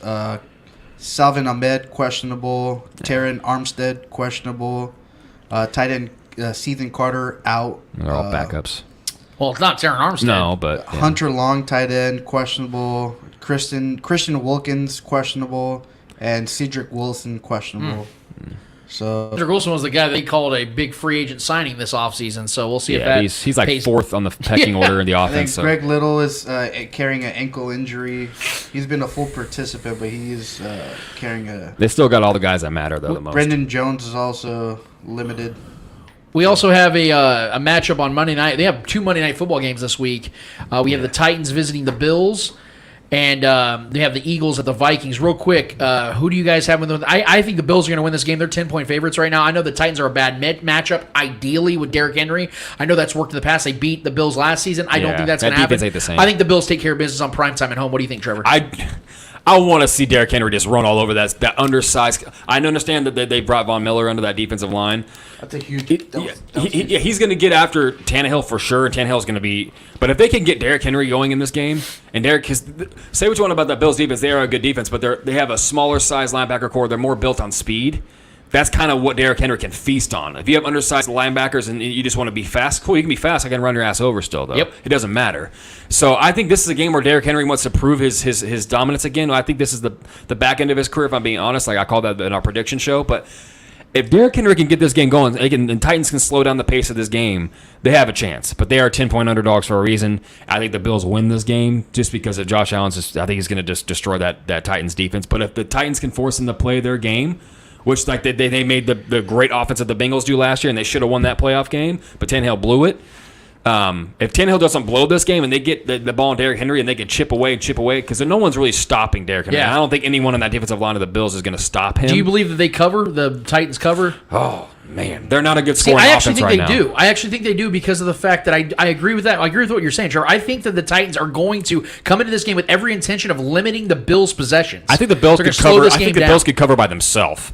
10 points is a lot, man. That's what I'm saying, dude. That's a but, lot. I mean, The Titans are not terrible, but they're also not a great team. Exactly. this They're the season. type of team, though, that can go in there and frustrate the Bills. The Bills still win, but Yeah, it's like 21 to Yeah, 16 this kind is of that- game. this You know what I that- mean? This is that kind of game that the Bills are gonna pull out the win at the end of the game. That's what I'm saying. Yeah. I think they can cover. I think the Titans those can teams cover. that they struggle with. Yeah. Yeah. these tend to be good matchups. These games have been good. Last year they beat them. So, I mean, I know these two teams have gone 2 different directions this offseason. But I love Mike Vrabel. He's a great coach. He knows how to scheme his guys into to be in the right position and have force teams to play at their level. Granted, this last game against the Giants had a great comeback victory, and Saquon absolutely took over that game. But I will say, if Derrick Henry plays a game that we think he can play against this defensive line, I think he could do well. I think if I'm betting the under on the Bills to win more than by 10. I would actually take the under on that. I think this could be a closer game than normal. I think it can be more of a boring game than an exciting game. But yeah, I'm picking the Bills to win, but I'd say the Bills by 7. Okay. And then we have the second game of the Monday Night Football slate is the Eagles hosting the Vikings. This is a really tough one for me because I think the Eagles are a very explosive offense. I think these are 2 explosive offenses. I think these are 2 of the best offenses in football, honestly. But both defenses, even though the Vikings played really well against the Packers, I think that had more to do with the Packers' offense and how they were just out of sync completely. I think that the Vikings' offense or defense is going to struggle against the Eagles' rush attack, and this is going to be a high-scoring game. So I'm tempted to pick the Eagles, but I'm big on the Vikings this year, and I think they have a better record this year than the They Eagles. showed that week 1, man. And this would be a statement victory for Kirk Cousins in primetime. I think he's like 6-22 in primetime games in his career. It's really, really bad, but I think this will be his best head coach. Offensive-minded Kevin O'Connell. I think they go out there. I think Justin Jefferson has another humongous game, and I think the Vikings actually upset the Eagles. The Eagles right now are 2-point favorites. Yeah. I'm going to say It's in Philly. I'm going to say Vikings in the points. I think they cover that. Obviously, they win by more than 2, and they win in Philadelphia. Yeah, I mean, Kirk Cousins is balling out right now too. Justin Jefferson is pushing to be to be as the argument as the best receiver in football. The guy's incredible. So I do believe the Vikings pull this one out because I think they're just the better team still right now. I think the Eagles are still a young team. Yeah. But I will say I think as this game goes on, I think Jalen Hurts is going to make some mistakes, as he's prone to sometimes. I think he's going to throw a pick or some kind of fumble or turnover in the Vikings. I think it's going to be a really good, competitive, high-scoring game, but I think the experience of Kirk Cousins and the overall talent of that offense for the Vikings is going to pull it out. Well, we are honored and privileged to be joined by a guy that I've looked up to for a long time. He does incredible work. This guy is an absolute content juggernaut. He is constantly pumping out, not just content. It's not like he's Master P out here where he's just throwing out content and it's shit. This guy knows what he's doing. He has great content. He's a great follow, and I really appreciate him. Let's give it up for the one and only Ryan Tracy. How y'all doing? Thanks for the We're doing great, bro. First and foremost, man, I just want to put this out here. I want to get your the updates on everything right now with Locked On Chiefs and RGR Football, because you guys, man, it seems like every time I blink my eyes, you're putting out a new YouTube video. I know that you've been doing some work with our guy Jason Dunn over at Chief Concerns. Man, just give us an update of what's going on for those that may not, that are crazy enough to not be following your guys' work right now. Give us some updates on what's going on at Locked On Chiefs and RGR, man. Yeah, there's just a ton. We've expanded on both shows. I am the original host of Locked On Chiefs with Chris Clark. Now we've added Matt Derrick, the beat reporter, so that we have that inside angle every week, multiple times. And that really helps because we're on 5 days a week, so you got to make 20, 25-minute episodes. You got to have stuff to talk about, right? So we get a little deeper into the weeds at times, but we like to kind of resurface and get the actual info from Matt. That always helps. I'm on the Locked On NFL Draft show as well right now, and then that's what happens on Saturday. So it's literally football from Thursday night forward until I go back to work on Monday morning. That's the way that it goes. A lot going on. Jason does a great addition. They do Chief Concerns. They are on YouTube, but we wanted to kind of put everything together and give Kingdom a little bit more one-stop shopping. And so now you get a little bit of the ex-player, that perspective. It all comes together. And hey, we're just adding what you all do as well. It's amazing how much this has grown since I started podcasting Chiefs back, 2015. Yeah, it's grown substantially, man. And you guys were definitely one of the founders of how this has all gone for the Chiefs community, because there's so many shows out there now, and I think there's a lot of really good ones out there as well, man. And that's why we have you on, man, because I want to get your viewpoint, your takeaway. We know that the Chiefs just had a big game on Thursday night against a team that is really trying to rival the Chiefs for this AFC West and for the AFC as a whole.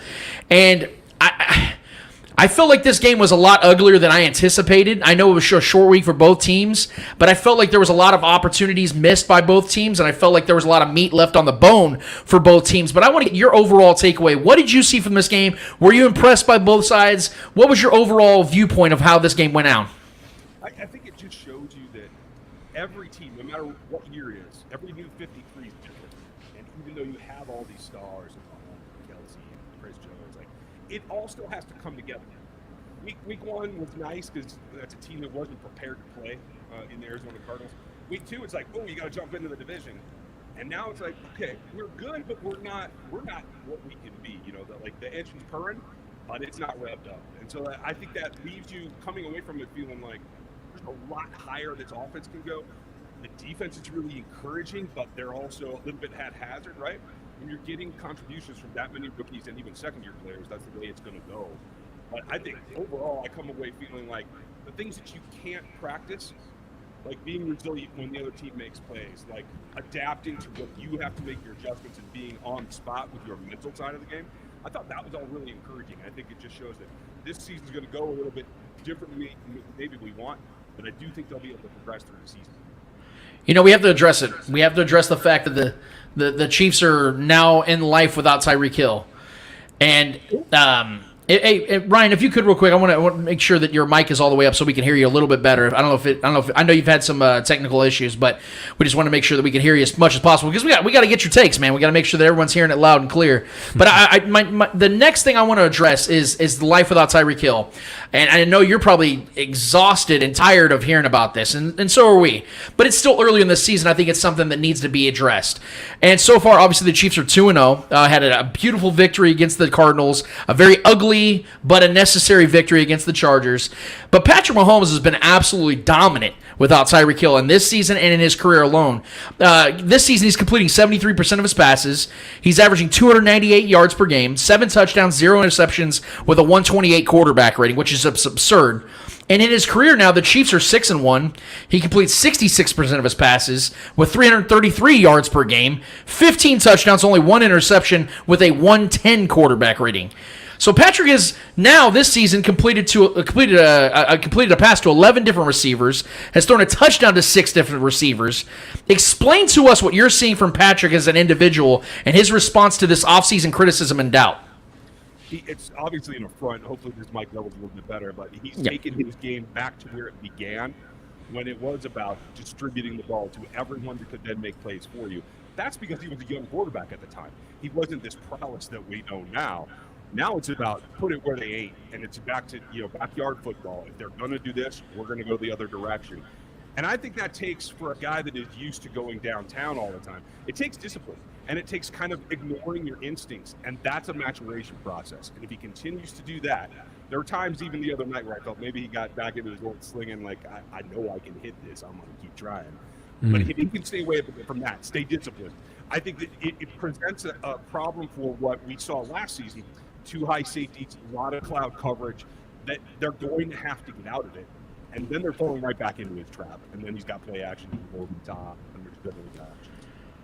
Yeah, for sure. And then a couple of the weapons that I want to point out that have had early success this season, guys that one's been criticized a lot because of his draft value when the Chiefs took him.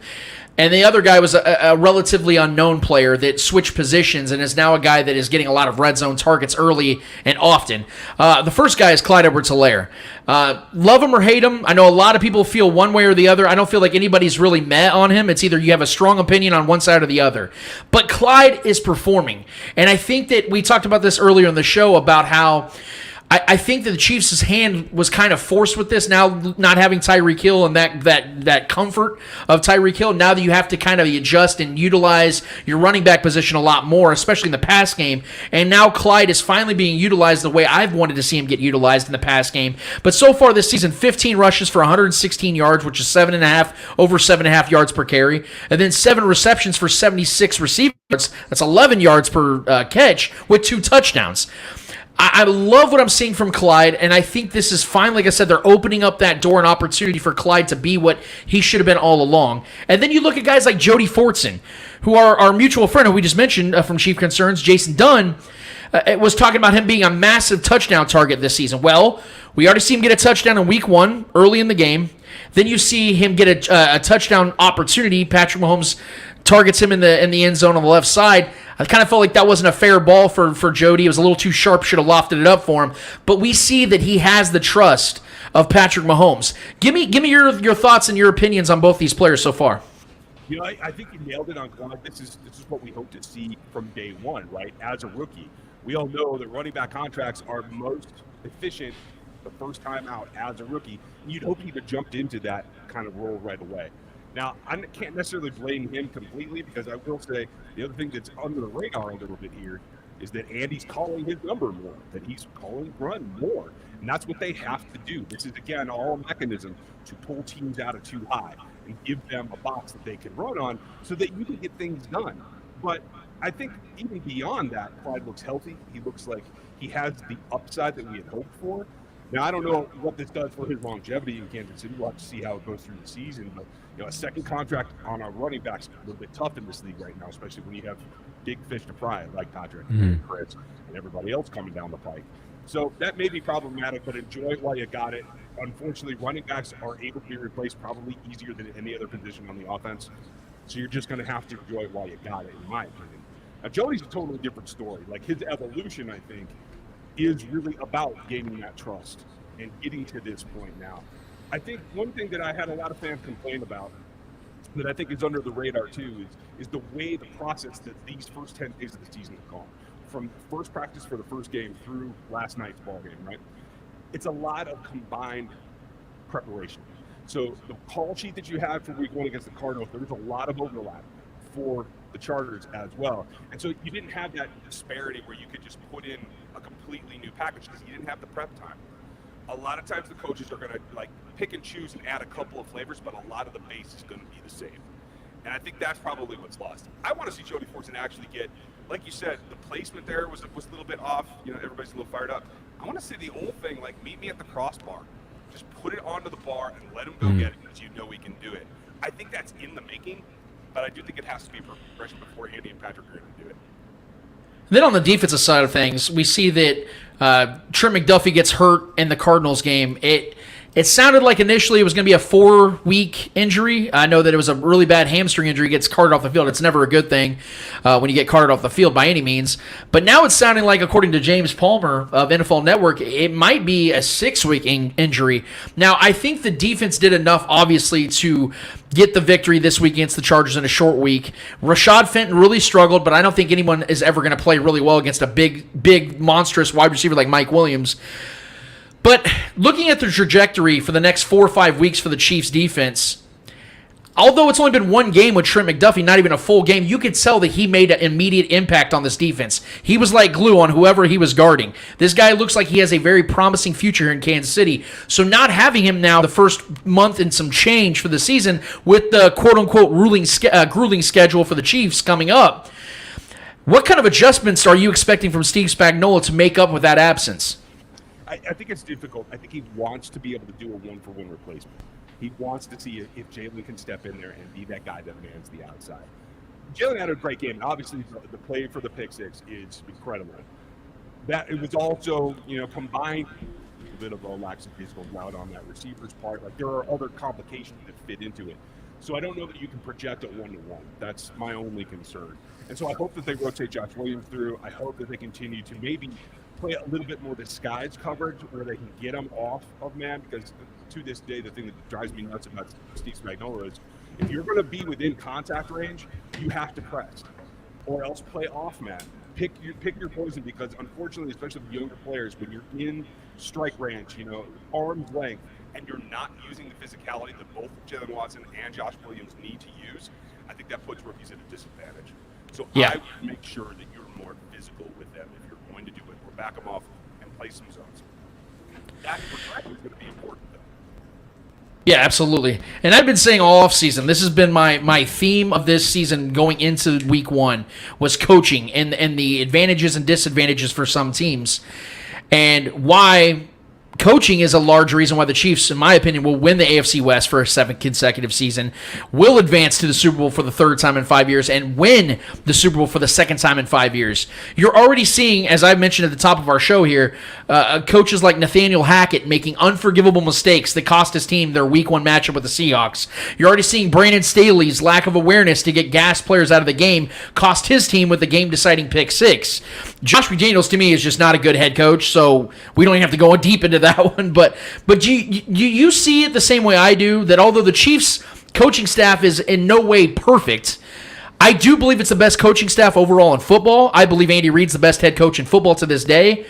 Do you believe, though, like I do, that they have such a significant advantage in the AFC West and on a damn near daily basis, weekly basis rather, no matter who they're matching up against? Coach to coach, yeah, I would agree with that. I think it's really interesting you mentioned McDaniels, because I was very much of the same ilk when he was in Denver. My big question is, what can he do with a couple of veterans to build around? Now that he's gone back and did the thing again with Belichick, like, is the new McDaniels better? Can he rally that team better than Hackett can, to tell you the truth? I think there's going to be a lot of follow-up. But no matter what they do, everybody's at a disadvantage, Andy Reid and his staff, particularly when you think about offensively and the minds that are going into it. The fact that you have 3 guys that could be head coaches in the next 2 years, all trying to give contributions, at least thoughts, ideas, to the best quarterback in football. I mean, that's a combination that just can't be overcome unless they choose or make a mistake that brings them down. So I don't care who the defensive coordinators are. I don't care what you're trying to do. You thought you could do it with cloud coverage. You thought you could blitz them. I think it's really interesting that these teams have gone back to trying to blitz them. That's, hey, pick your poison, do whatever you want. At the end of the day, there is no comparison. They have the advantage. The question is staying healthy, staying on track. There were a couple lapses in the play call the other night as well. Predictability, I think, is an issue that's going to creep in there. I think there are times that Andy Reid plays it too close to the chest and wants to hold things for later so we can hit the 13-second game. Like, he wants to save all those goodies, right? I think he's got to roll them out a little bit more and use some more variations as we go through the year. The offensive line is, to me, one of the core strengths of this team. I think that they have arguably the best offensive line in football. I think Creed Humphrey is the best center in football right now. I think Joe Thuney and Trey Pancake Papa Smith are two of the best guards in football. Orlando Brown Jr., although I'm very big on him, he still has a lot to prove as well. But I feel like they got bullied in this game against the Chargers. Now, the Chargers have a very healthy and elite front seven, and Khalil Mack and Joey Bosa are always going to disrupt things no matter what your offensive line is. But is this something that you have any concern with? Because I don't think the Chiefs are going to face a myriad of defenses that are close to that. But when it gets to playoff time, you're going to face some tough front sevens. Are you concerned at all? Or is there anything you're seeing about this offensive line that makes you worried that, hey, man, Patrick's going to have to start scrambling again? He ain't going to be as comfortable in that pocket like we'd like to see him in. At this point, no, because it is so new, and we didn't see the volume of reps in the preseason that you want your starting five to have, right? I'm not concerned yet. Are there cracks there? Things they have to shore up? Absolutely. Everybody does at this point in the year. I will say this, like the biggest thing for me, I'm glad you mentioned Creed, but for me it's Trey. Like, you rolled out of one game, we didn't know if you were going to play, and then we didn't talk about you all night long. Silence for an offensive line is the key to really show somebody that you're playing well. And I think that's just coming back together, like shoring up for each other, especially, I don't know the extent of Trey's injury. Like, it looked like he's moving suboptimally, like you would expect with a sprain like that. The question is, when does he get back to full health? And how much is Creed having to help him a little bit? I thought Wiley stood up pretty good. I mean, Bosa and Mack are going to get him on you. There's no way around it. But he actually played up to my highest expectation.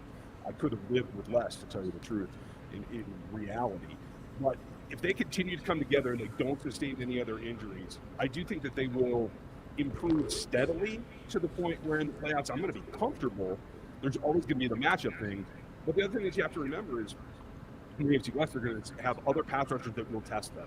So it's not like they hit the Chargers, they'll hit them one more time, and then it's bam, it's playoffs. Like, there's going to be enough challenge through the year to keep honing them that I think they'll continue to improve. The Chiefs have over 9-10 days to prepare for the Colts.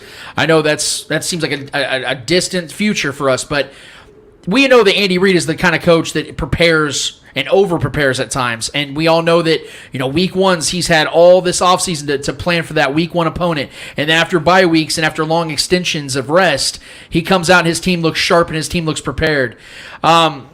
What do you believe is in this particular matchup? Because I think this is actually going to be a very important matchup. I'm bigger on the Colts than most. I think Matt Ryan was a great upgrade, and I think Frank Reich is a damn good head coach, and I think he's going to get this team motivated and ready to go throughout the season. How do you anticipate the Chiefs will attack Frank Reich and company this upcoming or next Sunday? I think you're seeing more from variations. The underhand shovel too quiet this last week, right? That was really just an arrow route run on the inside of the formation rather than on the outside. I expect more of that. I expect more outbreakers from the backs and the tight ends to get away from the middle of what I think is the strength of Indy's defense. And obviously, I think he goes by Shaq now. I can't keep up with names. That's all right. But in general, I think this team needs to attack between the hashes unless there's a reason not to. And this particular game, I think, up to about 12 yards, I think there's a reason not to. So I want to see them hit the edges and get out on what should be I'd love to see some wheel routes from Mike Burton. No offense, I Mitch Sherm, it's fine. But there's a lot that can be done on the edges, and then I think that will present opportunities for them to hit that intermediate to deeper crossers that have become such a prevalent part of this offense. They will have opportunities. And I think the only thing that might sideline that is they might be playing from ahead. And that, I think, takes the foot off the gas at times with Andy Reid. Pittman, I think, has been ruled out already for this ball game. Don't know if he'll make it back for the Chiefs game or not. Like, if Matt Ryan doesn't have all his weapons, I think it's going to be hard for them to really pace the Chiefs and keep pushing them because, I mean, Jonathan, but if they have to run the ball is the only way they can move down the field and score, I think the Chiefs are going to outpace them pretty easily. All right, Ryan.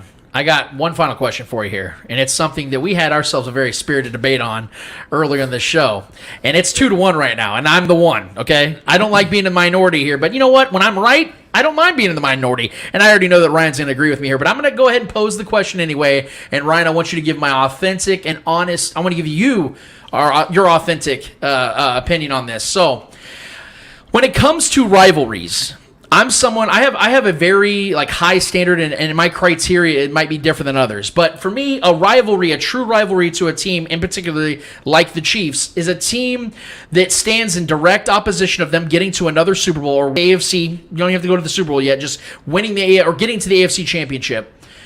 Or a team that's out there doing their own thing and winning at high levels, winning playoff games. A team that is basically at the same level or above the Chiefs, and they stand in opposition of the Chiefs winning another Super Bowl, winning the AFC.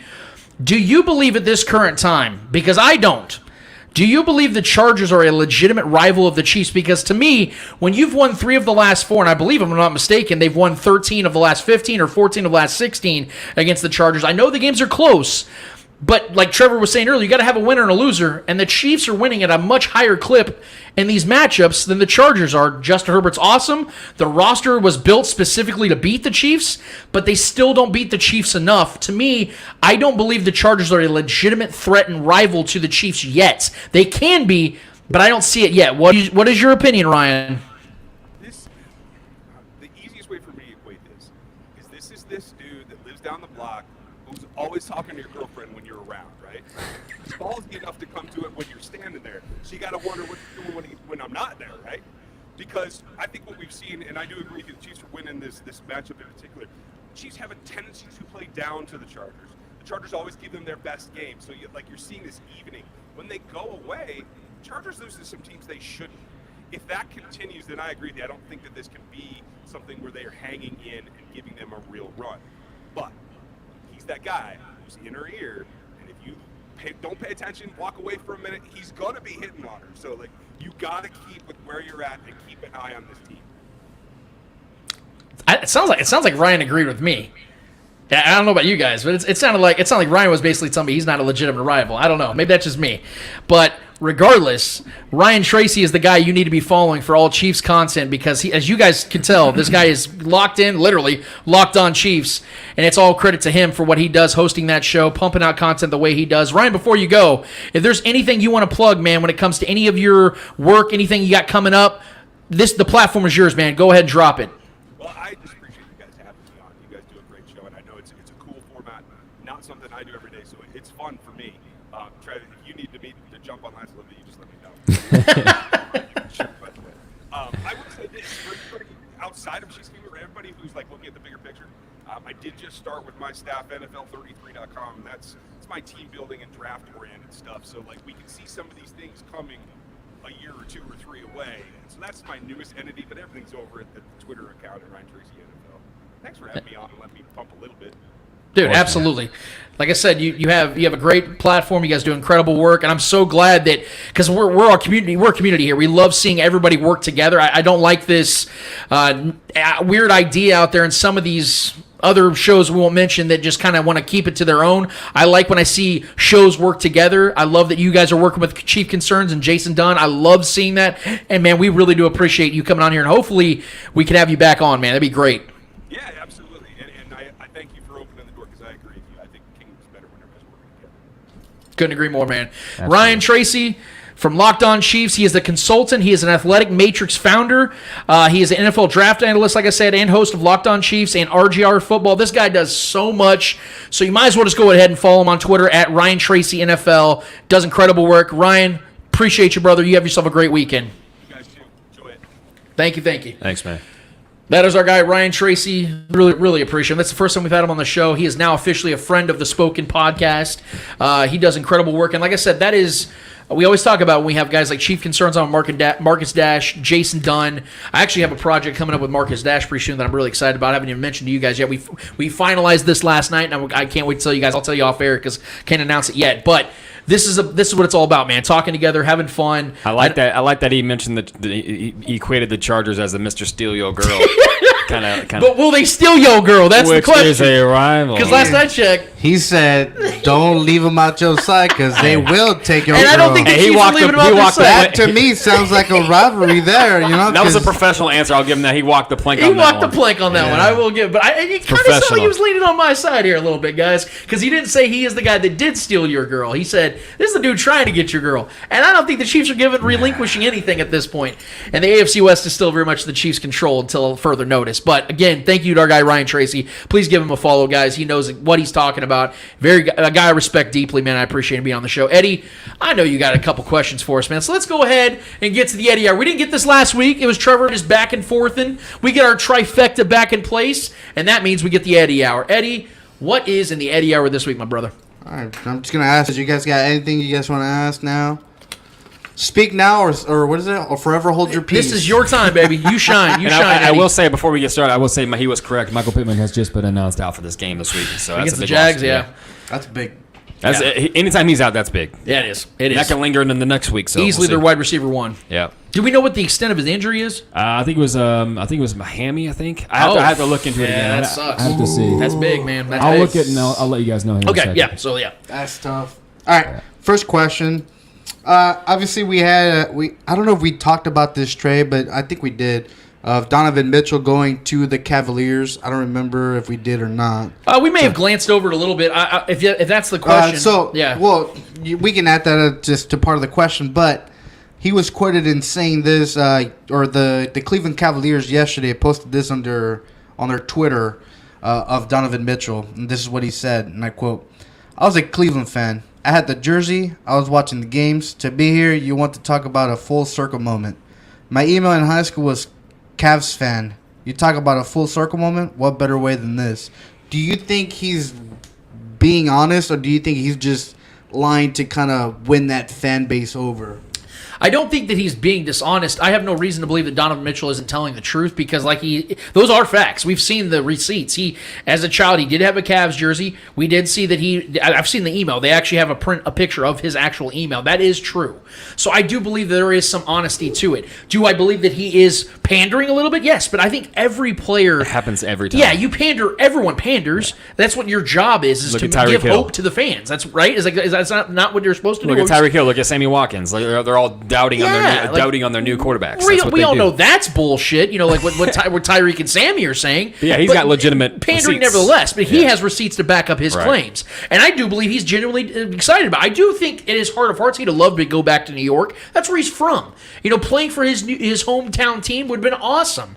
But I think deep down, Donovan Mitchell does realize also this is a much better chance for him to win because New York sucks. The Knicks suck. Both teams suck, in my opinion. But we'll talk about that at a later time when the NBA season comes back, which is only about a month away, by the way. Let's go. Yeah, I think this Cavs team is going to be really good. I think they're going to be a solid, very solid roster. I think a top 5 seed in the East, and Donovan Mitchell's going to be at the forefront. He'll be the pioneer of that. I think whatever success the Cavs have for the next 5 years is going to be because of Donovan Mitchell, and I do genuinely believe he wants to be on this team. They have a lot of good young talent. They have a good head coach. I think they're ready to roll, man. So I'm excited for Donovan Mitchell. Yeah, I think he's 100% being honest and authentic. I think he's one of those few players in this league that I think just truly loves the game.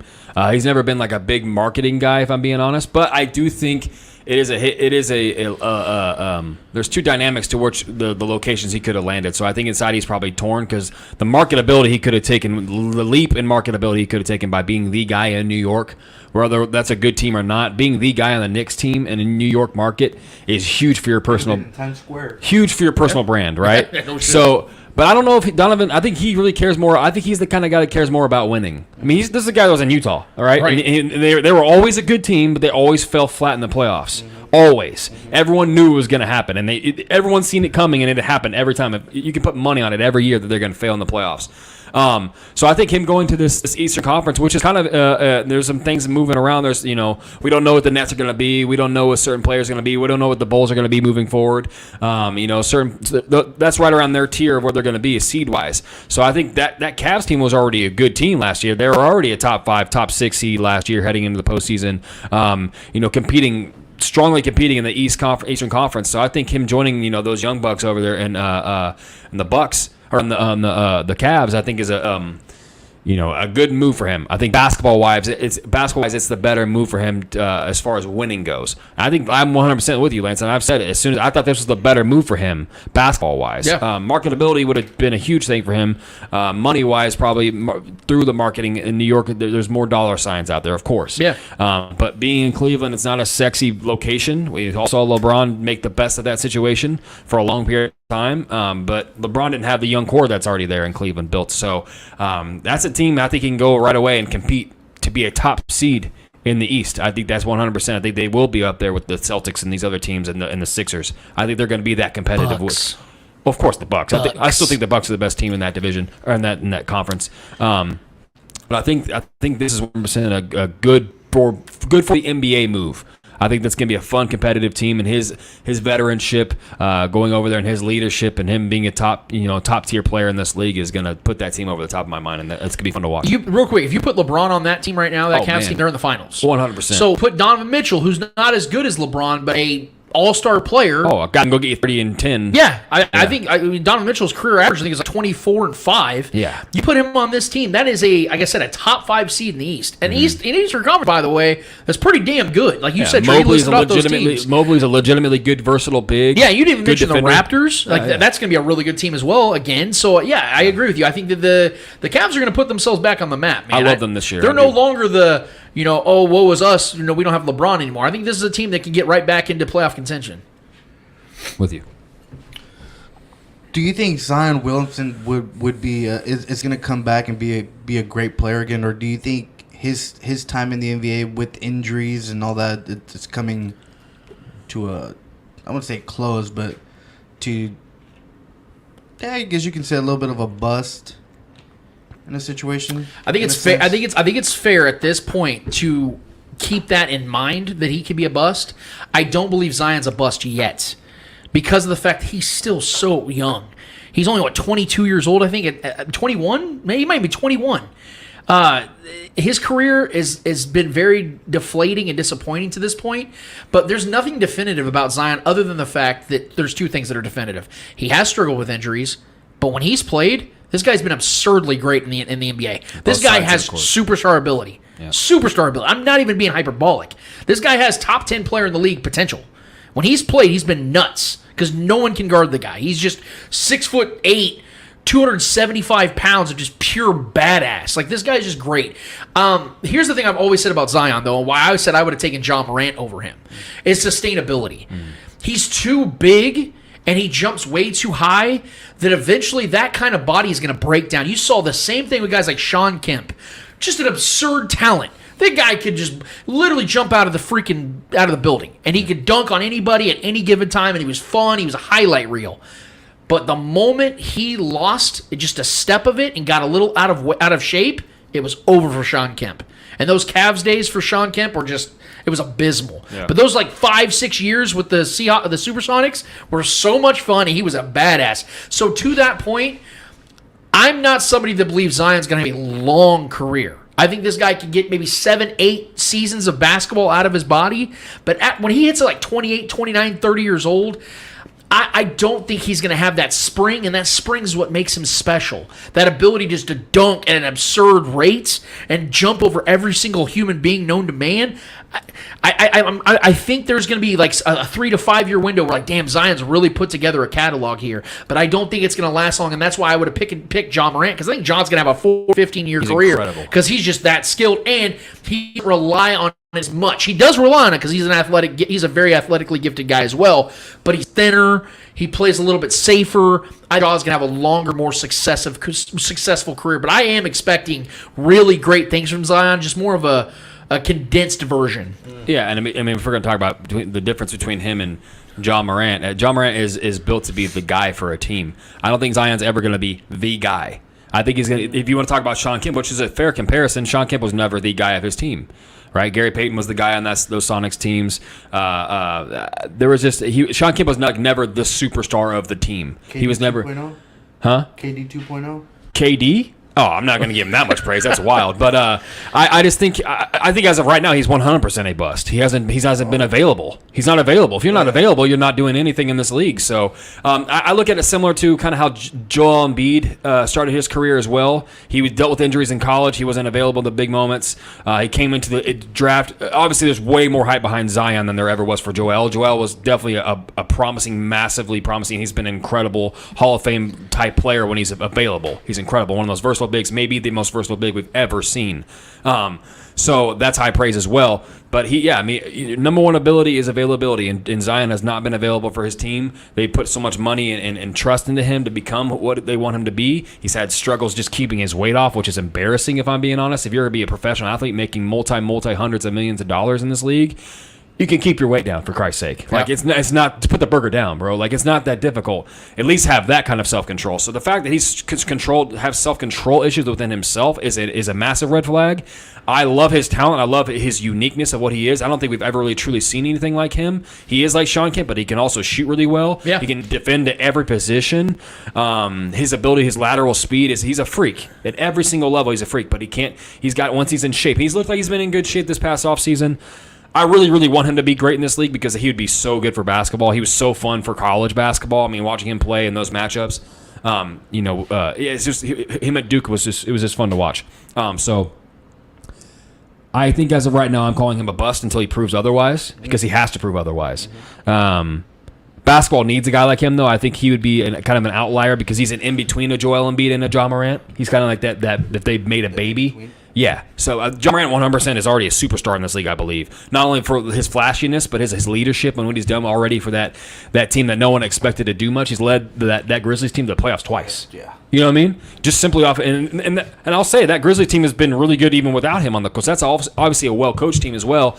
So I think Ja Morant's already done far more in his career than Zion's even proven to do anything. So I love Zion. I want him to be something in this league, but as of right now, he's been a ghost show. But yeah, I think he has the potential to be a star, but he's got to, one, stay healthy, and one, keep himself healthy and keep that weight under control. So, staying in the NBA topic, so you said the NBA season's approaching, is almost upon us.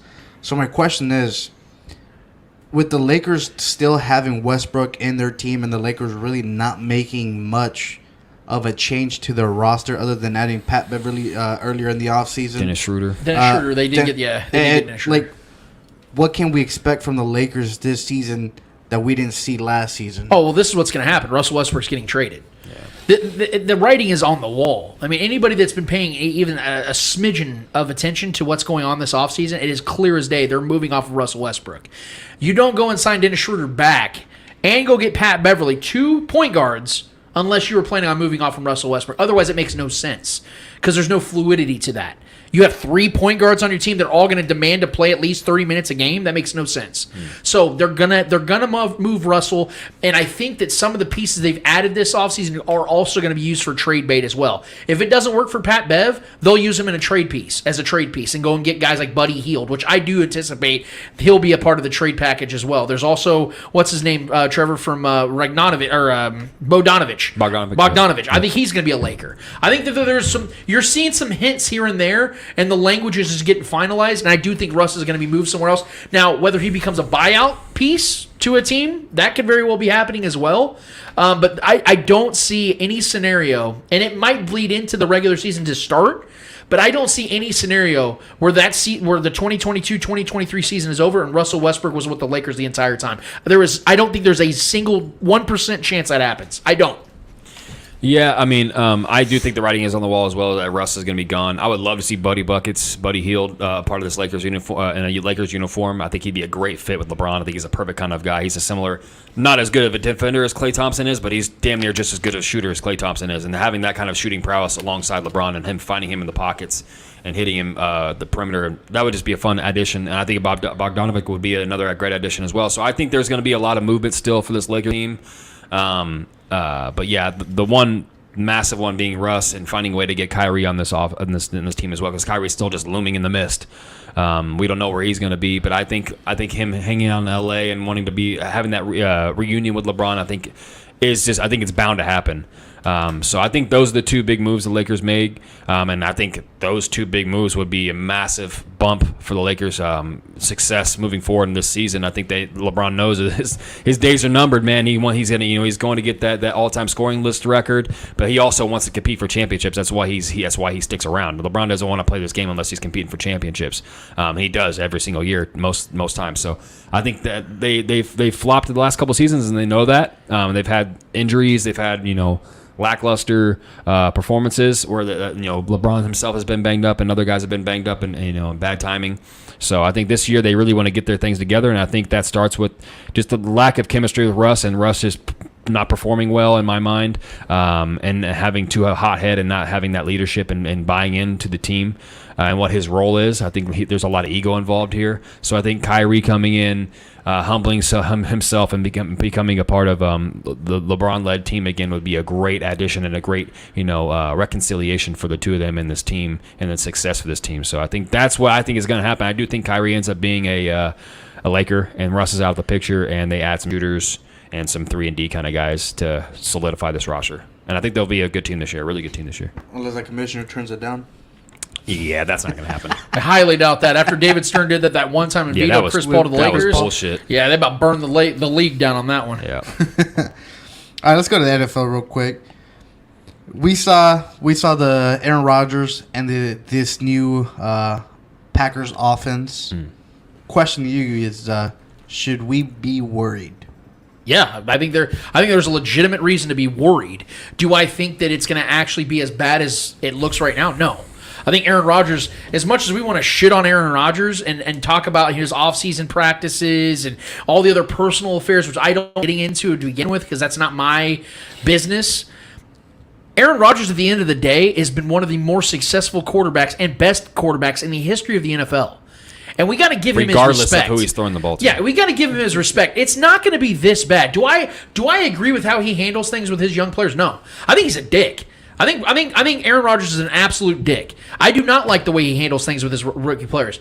But will the results be there at the end of the day? Yes. I'm still very much picking the Packers to win the NFC North because Aaron Rodgers is great. It's just, okay, we talk about like how Bill Belichick and Bill Parcells and the other guys were just absolute assholes. Just assholes to the media, to people, to their players, to all this shit. But why did we put up with it?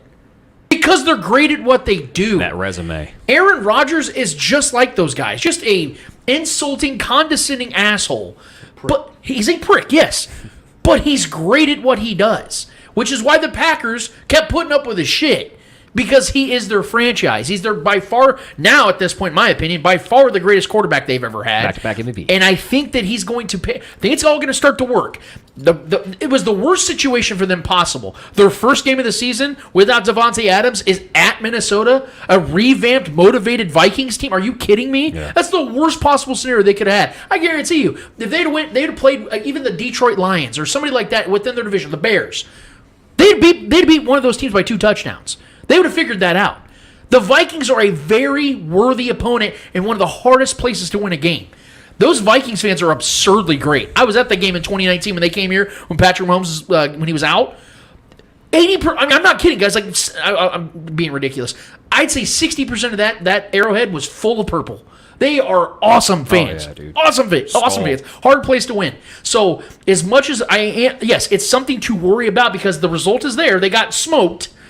I'm not going to be worried about it in 4 or 5 weeks from now. I think the Packers are going to be just fine. They have an elite defense. Matt LaFleur's a damn good head coach.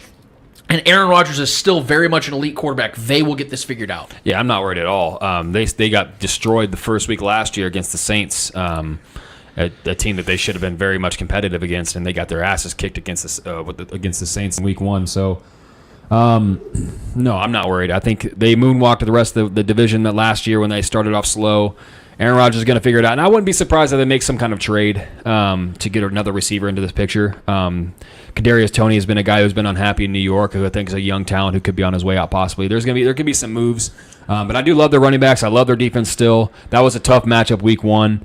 But as far as Aaron Rodgers goes, I'm not worried about the guy at all. He always figures it out. This team is going to win this division.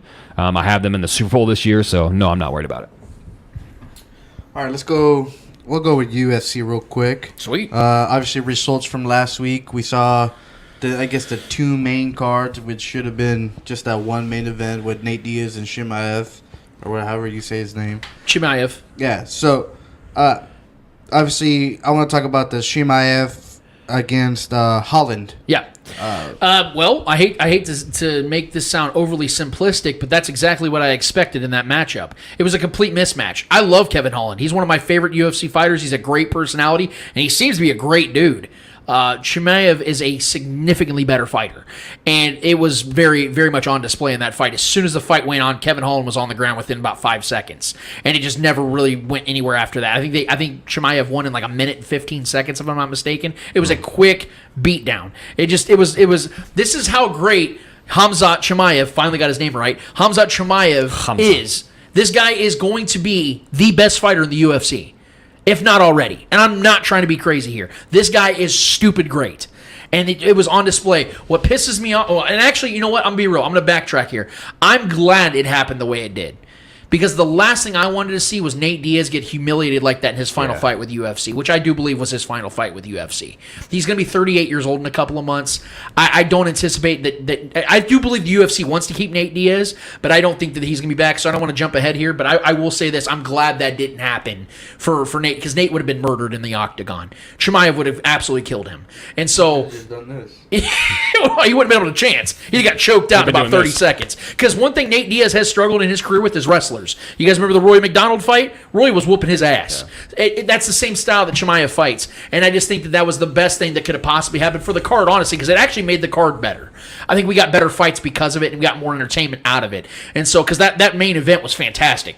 I love that Nate got that final fight. So, just to give you as honest of a viewpoint as I could, Chimaev put it on full display. He's here, and he's about to wreck some shit. He's about to win a title very soon, and that's what's going to happen. Yeah, the fact that he went out there and just absolutely just called his shit out there and destroyed Holland is scary. It's frightening for anybody else wanting to go against this guy. So Chimaev might be the best fighter in this league soon, very soon. He might not be there yet. He's definitely working his way up. I mean, Usman's still arguably the best guy. There's a couple other guys. Volkanovski's definitely up there. Yeah. You know what I mean? So, and John Jones, if he ever makes his return, Francis Ngannou, there's a lot of great fighters still in this. Leon Edwards, we got to give him his, of course. Leon Edwards, his flowers. Of course, took down the king.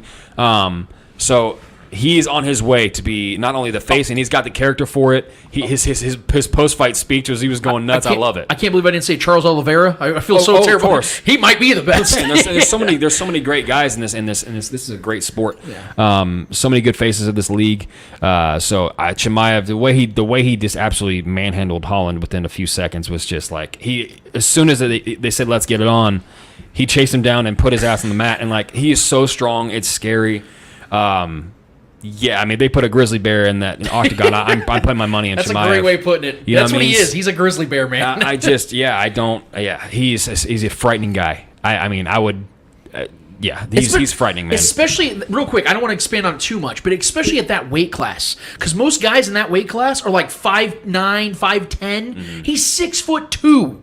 And he's just, like Trevor said, he's just a grappling monster. So strong, dude. You can't beat him. Like, he has literally zero weakness. Yeah. Gilbert Burns was beating the fuck out of his face, and he was laughing. Yeah. He was laughing. He's frightening, dude. Yeah, you can't do it. Gilbert Burns is one of the strongest strikers in all of the UFC, and he was laughing at him. Holland's one of the best mixed martial artists in this league. He's an elite martial artist, and he just got absolutely manhandled. So, yeah, he took he took his soul, man. And you know what my favorite part about Chimaev, Trevor, Eddie?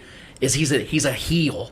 Like, the crowd hates him. Oh, yeah, he's the villain. And he's like, fuck you, fuck. He's like, I love it. He don't give a shit, dude. We got to have guys like this in the UFC. We had Brock Lesnar, you had Chael Sonnen. You've had guys throughout history that are like these heels that bring the crowd to hate them. Yeah. We got to have guys like that. And Chimaev is that guy, dude. I love it. He's like the opposite of GSP. He's like, he's good. He's such the disrespect. Oh, my God. Chimaev would lay him out. I'm saying personality-wise, he's like the opposite. Everyone loved Gorgeous Georges, man. So, yeah, Chimaev is a force. He hates that dude. And that gift that you posted when he won with that train with his face on it is That's the perfect. So it's the perfect analogy, man. He is a force. He is on his way. He has arrived. He is here.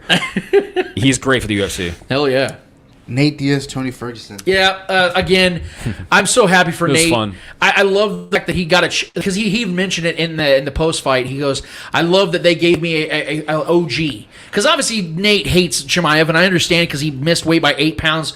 There are theories out there that was intentional, but I'll leave that there. Brendan Schaub and other people had vocalized about that, how it kind of 8 felt... 8 pounds is a lot. Yeah, it kind of felt convenient that they did that, and they shifted it so perfectly with all the pieces. Yeah. I'm not saying it's true, but I even asked Blake Sneeders about that last week. week on the show about, it kind of seems a little, weird, but I prefer the way it happened. exactly. I think it worked out better for just the viewing experience and for Nate Diaz's legacy that he gets to go out on top. Nice submission against Tony Ferguson, another UFC Hall of Famer. I think it was an awesome fight. It wasn't the greatest fight by any means because both these guys are way past their primes. They're both in their late 30s, but it was cool to see two OGs go at it like that and to finalize a career that I think is going to put Nate Diaz as one of the greatest fighters. He actually has the most, I think, if not the most significant, one of the most significant strikes in the history of the UFC.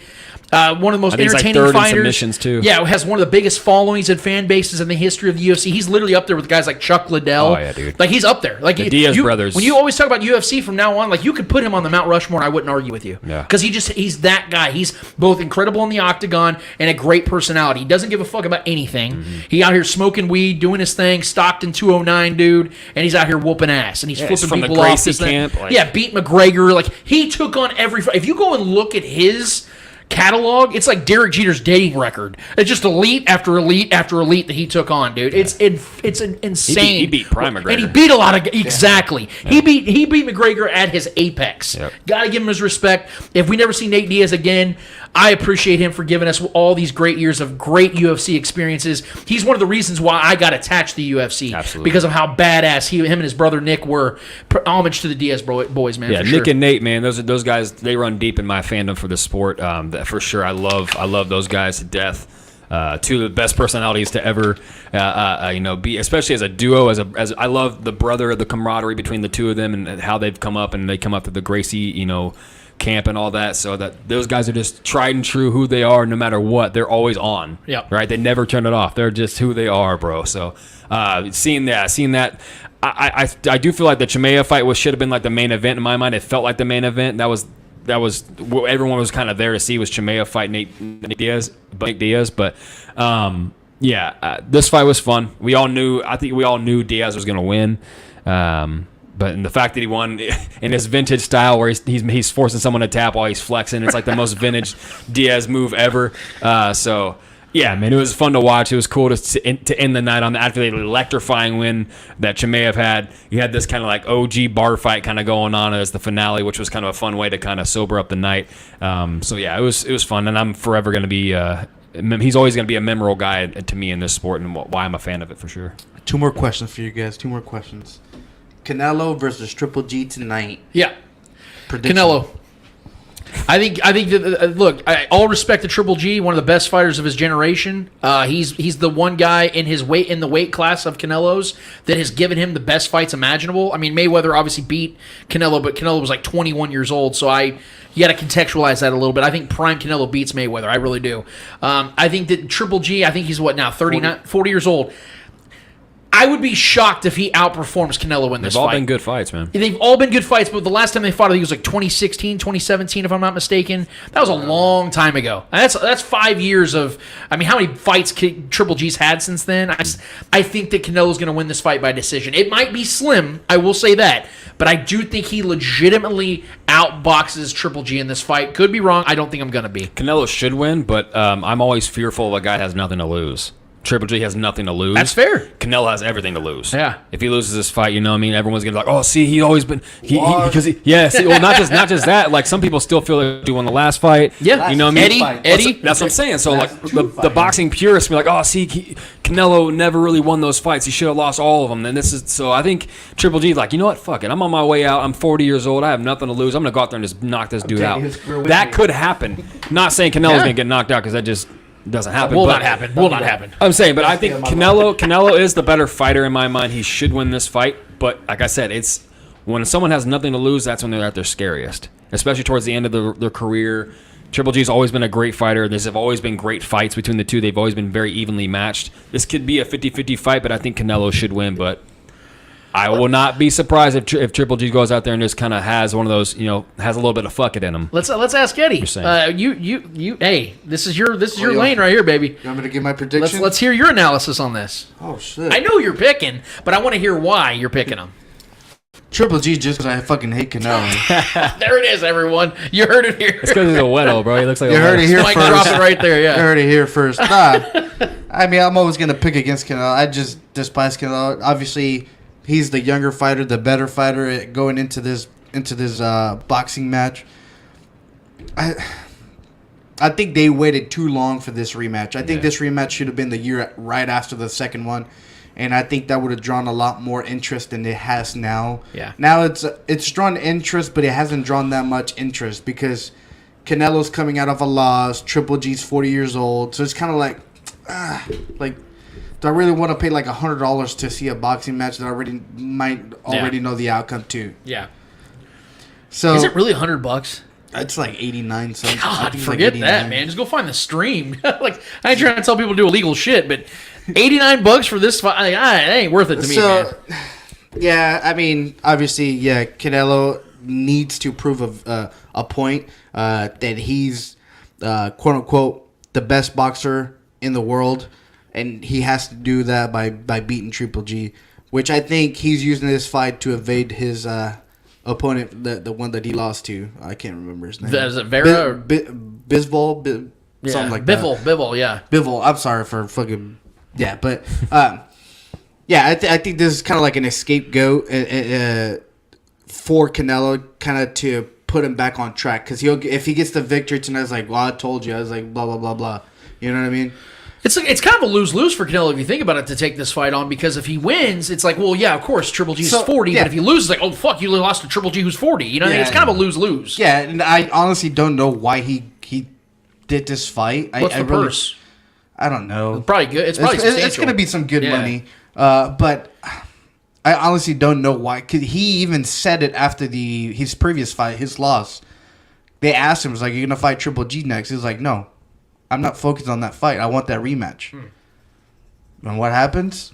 He signs a contract to fight Triple G. So I don't know if he's evading Bivol. I don't know what's happening there. Yeah.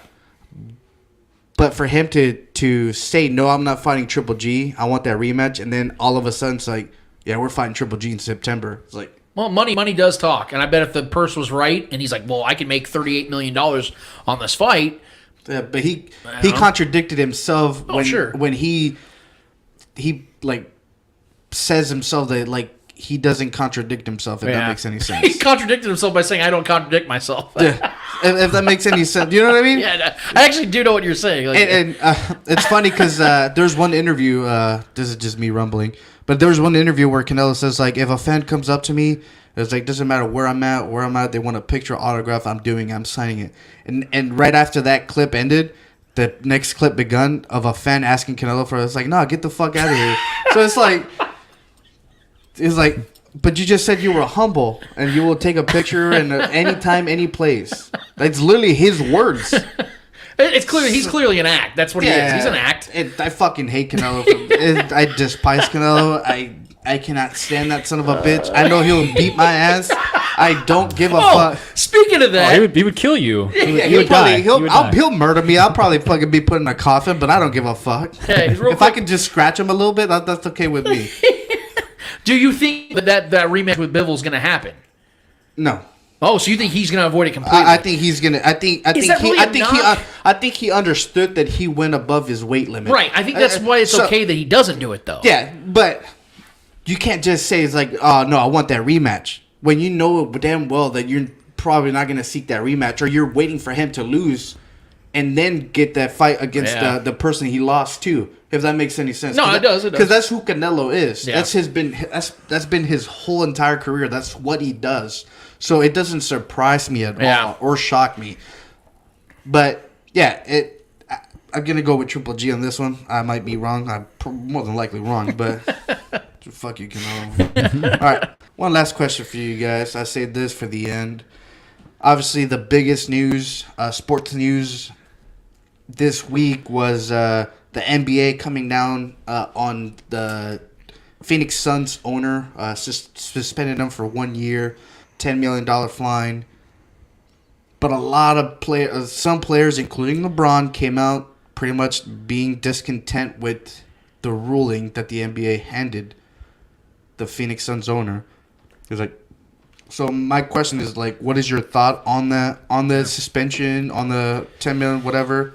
And then on top of that, do you think that's that's the right decision? It's not the right decision. He should be getting far worse. But the problem is that Adam Silver, I think what a lot of people forget when it comes to commissioners in any league is that they forget that these commissioners work for the owners. It's not the other way around.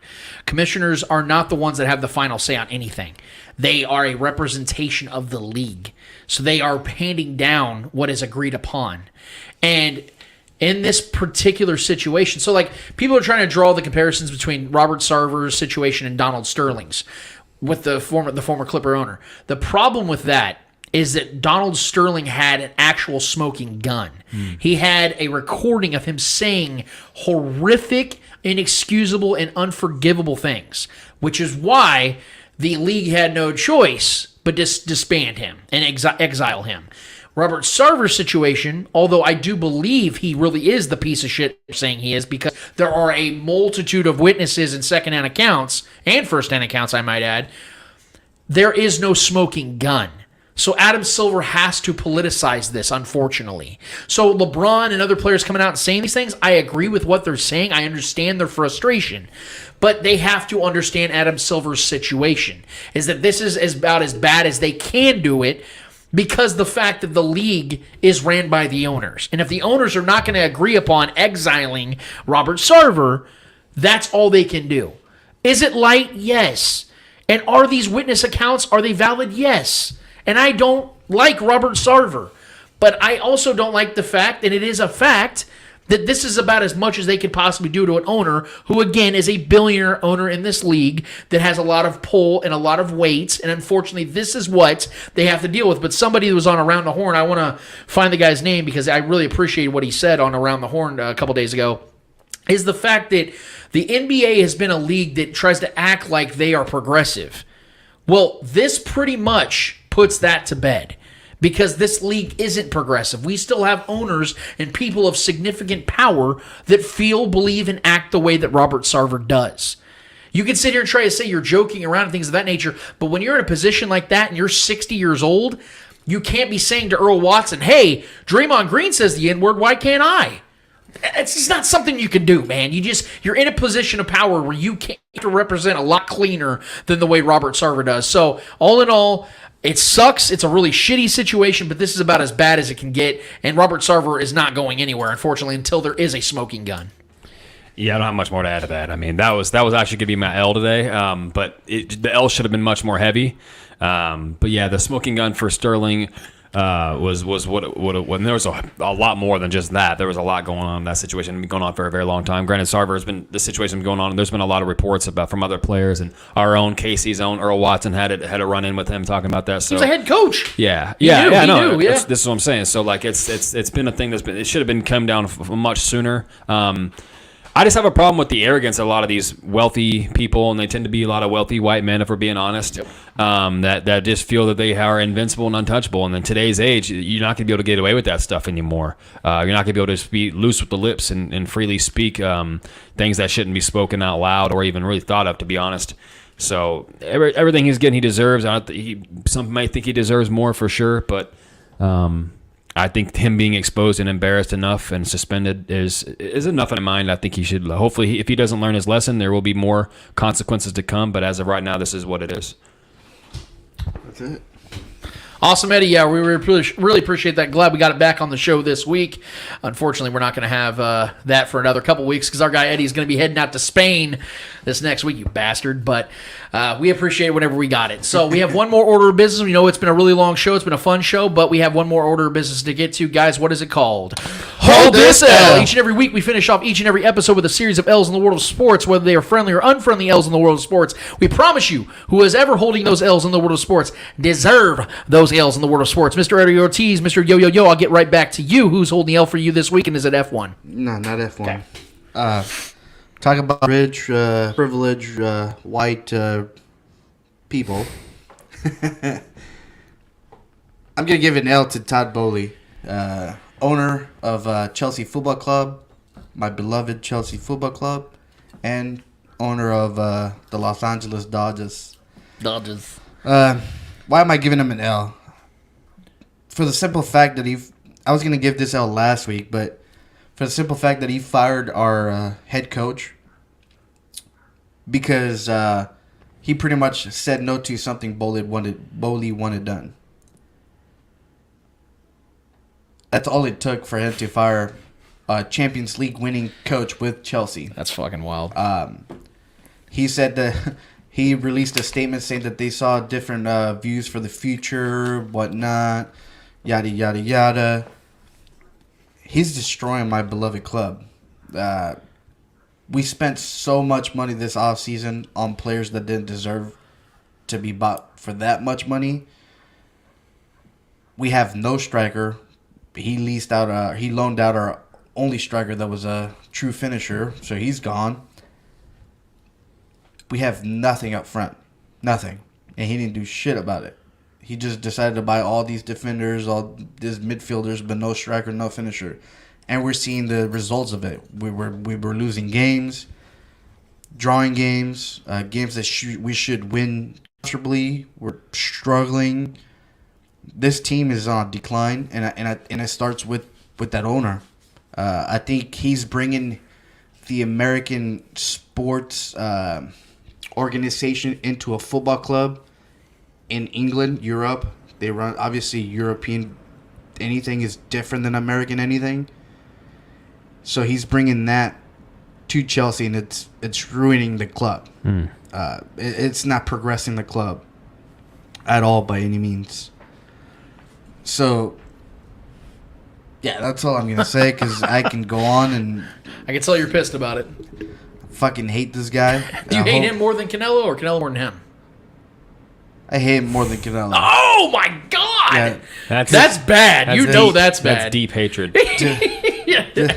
Yeah, this guy, he's even proposing an all-star game for the Premier League.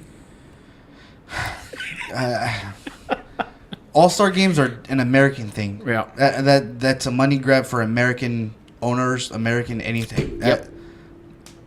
Don't bring that to the Premier League. Don't bring that to European football. You don't need the showcase. You have showcases all over the place. Exactly. So him proposing that, and him saying well, we need an all-star game here in England or what. Shut the fuck up and then just come back. That's fine. You bought the club. Leave it alone. Yeah. Hire other people that know what they're doing. Let them do the thing. You stay away from the club. Just collect the paycheck. I don't give a fuck. You can do that all day. Just leave the fucking club alone. But for that reason, I'm even fucking up my words. At a loss of words, huh? Yeah. Todd Bowley, for that reason, is going to have to hold this L. Trevor Twidwell, who's holding the L for you this week? I want to give a W before. My L was going to go to Sarver, but I want to give a W to Jalen Watson real quick. I think he deserves a little extra doting on this episode. His story alone, coming from, having to transfer from USC, I believe he got. Yep. That's where he was originally playing, and then he got, pretty much demoted, and someone else took his job, and he transferred to a couple other colleges and tried to make his way. Found his way to get us into the draft, and as a 7th-round pick to the Kansas City Chiefs, and his first fill-in game for to be a starter behind Trent McDuffie. He makes arguably the biggest play of the game with a pick six on the 1 yard line for a 99-yard touchdown. The kid was working at Wendy's with his mom, making like $7 to $8 an hour, and now he's making huge plays in divisional rivalry games with the Chiefs and the Chargers, and a massive matchup. I think in my mind, the Chargers games this year are the two biggest games to get for the Chiefs this year to win in order to win this division. And then we got one down already, and he's a massive part of that win. So I just want to give him his flowers, give him his moment on this episode to show how grateful I am for that play and how grateful I am that he was on the field that night to take care of that position and play that position as a fill-in guy. Maybe has a future on this team, who knows? But I just want to give him his time and his recognition. But also in the same vein, this is a layup one for me. I just want to give, we all know James Jones makes his rounds on TV shows. Receiver, played for the Packers and a couple other teams, I believe. Became a journeyman toward the end of his career. Solid player, but he's a terrible analyst. He was the one that was making the claim. I think he was on First Things First with our guy Nick Wright, talking about the Chiefs are in trouble. The Chargers. This Chargers team is built to beat the Chiefs. Patrick Mahomes is going to be sacked there like he was in Arizona with a cup of coffee or whatever he said that tweet was. I think he deleted that tweet as well because I couldn't find it now. I was looking for it. I couldn't find it. But yeah, I just wanted to give him a moment. Obviously, I'm gonna throw him his flowers for having a trash ass take, and give him a plaque for it or something like that. Because we continue to do this, man. We've had. I know we talked enough ad nauseum about the Chiefs and Chargers, but we continue to have these pundits that just want to push this narrative that the Chiefs have there's some kind of kryptonite team out there, and there's just not. There hasn't been yet. Like there's some kind of rivalry. There has not been a kryptonite outside of the Bengals who beat us twice last year, 100%. I feel that that's more of a fluky thing, and that was more of a letdown in that playoff game than it was the Bengals being so great. We can have that discussion in another time. But as of right now, James Jones with that trash take, and that can go. It's not even just him. It's a lot of other guys. There's Marcus Spears out there. There's other guys that can deserve that as well. But for him to publicly be that guy, the Bart Scotts of this world as well. Lance has given him his numerous L's as well on this show. People just keep trying to push this agenda as that the Chiefs are in some kind of trouble, and it's hilarious. And it always falls flat, and it's yet to be proven correct. So for that, James Jones, do me a solid favor and hold this L. First and foremost, got a little greedy on this one, guys, but I want to give out a dub. I was going to give Jalen Watson one if Trevor did, and I was going to play the Schrags track because he broke it all down, but you already did, so I'm not doing that. What I'm going to do, though, so we know how prolific and how big that game was when Seahawks hosting the Broncos, because the story was Russell Wilson coming back, him and Pete Carroll at odds, demanding the trade. The Seahawks didn't want to give him another massive extension. They didn't want to play the kind of game that Russ wanted to play, let Russ cook, all that shit. And it was all coming in, right? And the focus was on everybody in that particular regard. Pete Carroll versus Russell Wilson versus Pete Carroll. But there was one unsung hero in that game that was an unforeseen hero in this game, and it was Geno Smith. A guy I was so big on when Andy Reid had the number 1 overall pick in 2013 and Geno was coming out of college. I wanted Geno Smith. I was like, go get him, make a quarterback out of this guy. He's got insane talent. We saw him go to the Jets, struggled. Jets suck. I think that had a lot to do with it. He kept fighting, landing other jobs in the league. Ends up with the Seahawks as Russell Wilson's backup. When Russell Wilson got hurt last season, Geno played really well. Got him a victory, actually, in those 3 weeks that Russell Wilson was gone. And in this game, everyone's focus was on Russ, about how he was just going to cook the Seahawks defense. And Geno went out there and outperformed Russell Wilson in his former house of 10 years. Going 22 of 28, 195 yards and 2 touchdowns. At one point in this game, Geno had more touchdowns than incompletions. He balled in this game. Very efficient. Clearly did not have the better roster. Did not. The expectation was not on him. And he went out there and played. And the best part of the night is what Geno said in the postgame. So for the folks you said had written you off maybe, what do you say to them? Yeah, they wrote me off. I ain't right back though. That's the problem. I ain't right. They wrote me off, but I didn't write back though. I love that because you know how Jameis Winston says goofy shit. And you're like, oh my god, that makes no sense. If you really think about that, that makes a lot of sense. Like people wrote him off, and he just decided not to give a fuck about it. Yeah. And Geno, at 29 years old now, I don't think he's ever going to be anything special in this league. But stories like this are what gives guys like Ryan Fitzpatrick jobs afterwards and gets the booth job with Amazon Prime. Geno Smith can be that next guy. He could be that next dude when he retires in 4 or 5 years from now, gets himself a booth job and has himself a legacy. I love that for Geno, and I just wanted to give him a W because I felt like that is a great story because the story should have been about everybody else. But to me, that story was a lot about Geno, and I wanted to give him respect for that. Who I'm not going to give respect to is a couple people. I actually am going to hand out a couple L's here, so bear with me, guys. You know, like bitter old teammates, guys that just, we've heard Tyreek say stupid shit. We've heard Sammy Watkins say stupid shit.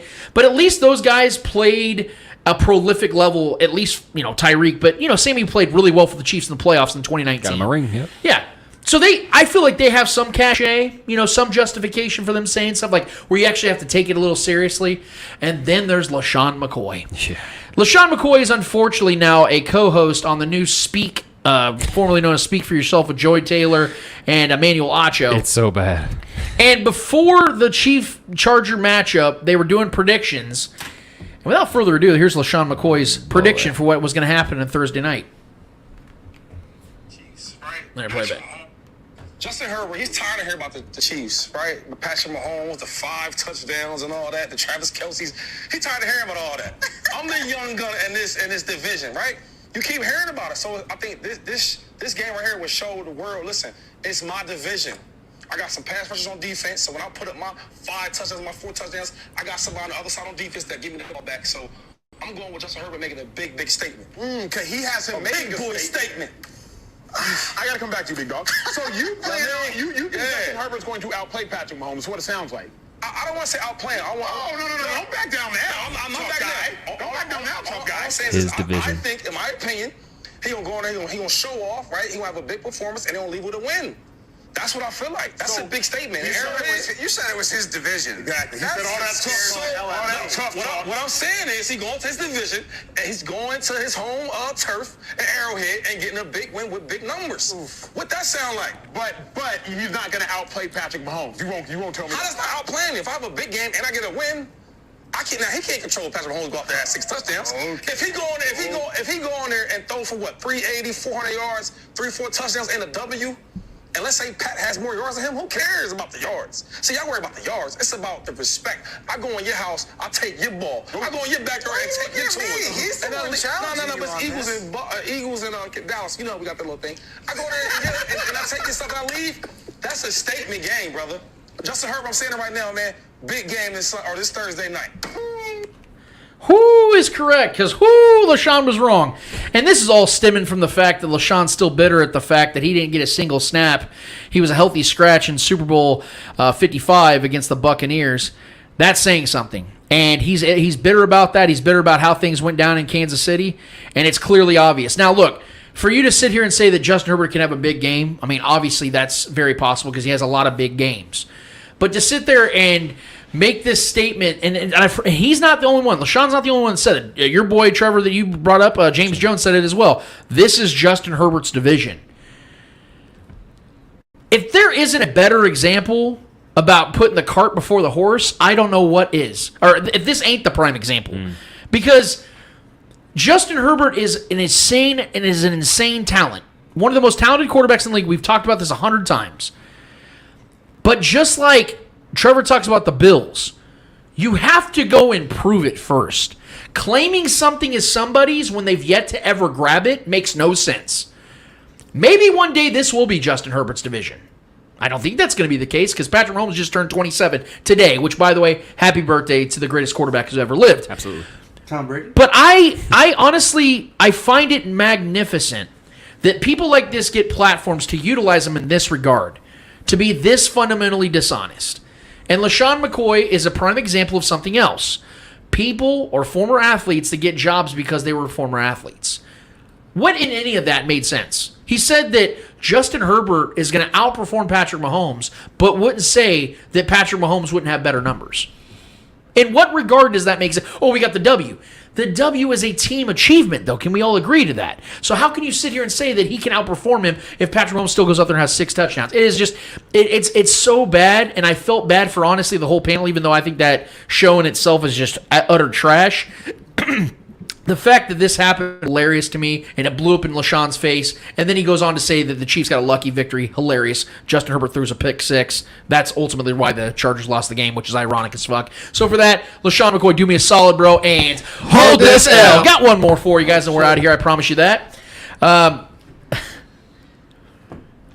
never been one that has bought into PFF. Not one single time have I ever believed in it. Because PFF is make-believe. They base their scores and grades off of literally nothing. It's all opinion. Well, this guy threw a ball that wasn't as contended as this guy, so it scores higher because it wasn't contended. Well, this guy was in the pocket and he was on both feet, so therefore it's a better. There's nothing about PFF that has ever made sense to me. Not one single time. I've never understood it. And the best, most glorious thing about PFF is that Patrick Mahomes officially broke PFF. So this week, in case you all missed it, and I put it on Twitter, there's a guy named Eric Eager that was with PFF. His name was on Twitter, PFF Eric. And he's seemingly a very smart guy, very smart individual, got a really good following. He went on Soren Petro's show on 810 Sports Radio WHB this week. And Soren essentially asked him because, as we all saw, Patrick Mahomes, after he complete 77% of his 78% of his passes, had over 360 yards and 5 touchdowns against the Cardinals. Finished 8th. 0 picks. Yeah, and 0 picks, by the way, with like a 144 quarterback rating. Finished as the 8th best quarterback of the week, according to the PFF grade. Sam Munson, poor guy, is out here just dying on the hill, just getting his cheeks clapped by every single Chiefs analyst or just Chiefs fan. Like, what do you mean you're defending this? Yeah. Well, he threw a ball that was contended in the end zone, so that's the same thing as Josh Allen throwing 2 picks. What? Like, it makes Josh Allen graded 20 points better than Patrick Mahomes, even though Patrick Mahomes had 0 turnovers and more touchdowns and a higher complete. Yeah, almost turnovers. Okay. Yeah. And so Sam Munson's over here dying on the hill, and I love Sam, but goddamn, PFF Eric Eager comes on to Soren's show, and Soren asks him a lobbed question about how does this happen with the grades. PFF, and I'm paraphrasing him, Mr. PFF Eric goes, well, I don't grade the quarterbacks, and I don't really know how that happens. Guess what happens the very next day? PFF Eric leaves PFF. He goes to some other show now. Are you serious? He I left didn't know that. PFF. He made the announcement the next day. Now, I'm assuming that was already planned, but the timing could not be more impeccable. Yeah, exactly. It was amicable, according to Soren and PFF Eric, who's no longer PFF Eric. It's now just Eric. Mr. Eric Eager leaves immediately after he admits that Patrick Mahomes has essentially broken PFF's quarterback grades. You can't grade him because he does things that no other quarterback does or has done, to the point where you have to try to find a way to downplay what he does. This is where analytics kind of start betraying reality. Thank you. And when you make up your analytics, there's literally nothing they base it on other than, well, I just think. Yeah. That it's literally no different than fans just saying, well, I just think this guy's better because of what I saw. It's the eye test. Algorithm. Life is not an algorithm, It's bullshit. PFF is ASS. And for that, you get to hold another letter and hold this L. ASS. And Patrick Mahomes is going to do the little send-off. Solid take. All right, hold on. Sorry, I'm butchering it. Got it. Here we go.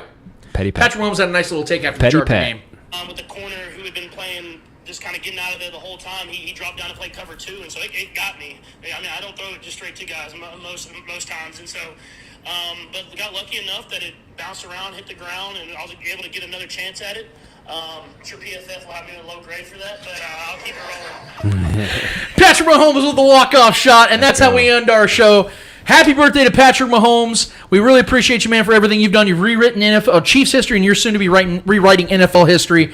Thank you so much to our guy, Ryan Tracy, man, and thank you all for hanging out with us this week, man. This was a blast of a show. We don't have a game this Sunday, so I hope you guys enjoy Sunday with the stress-free 2-0 kind of situation going on here in Kansas City. I hope you guys enjoy your weekend. But for Trevor Twidwell, for Eddie Ortiz, for Ryan Tracy of Locked On Chiefs and RGR, and for our guy Clay Windler, who puts all this stuff together, and Red Stripe Cinema, you guys got to be following him. It's incredible stuff he's putting together. He's about to drop another badass video. I am Lance Twidwell of the Spoken Podcast in Starcade Media Studios for episode 184. It is done, finished, and finito until we're here in 1 week's time. For 185, we out of this bitch. See ya. Later.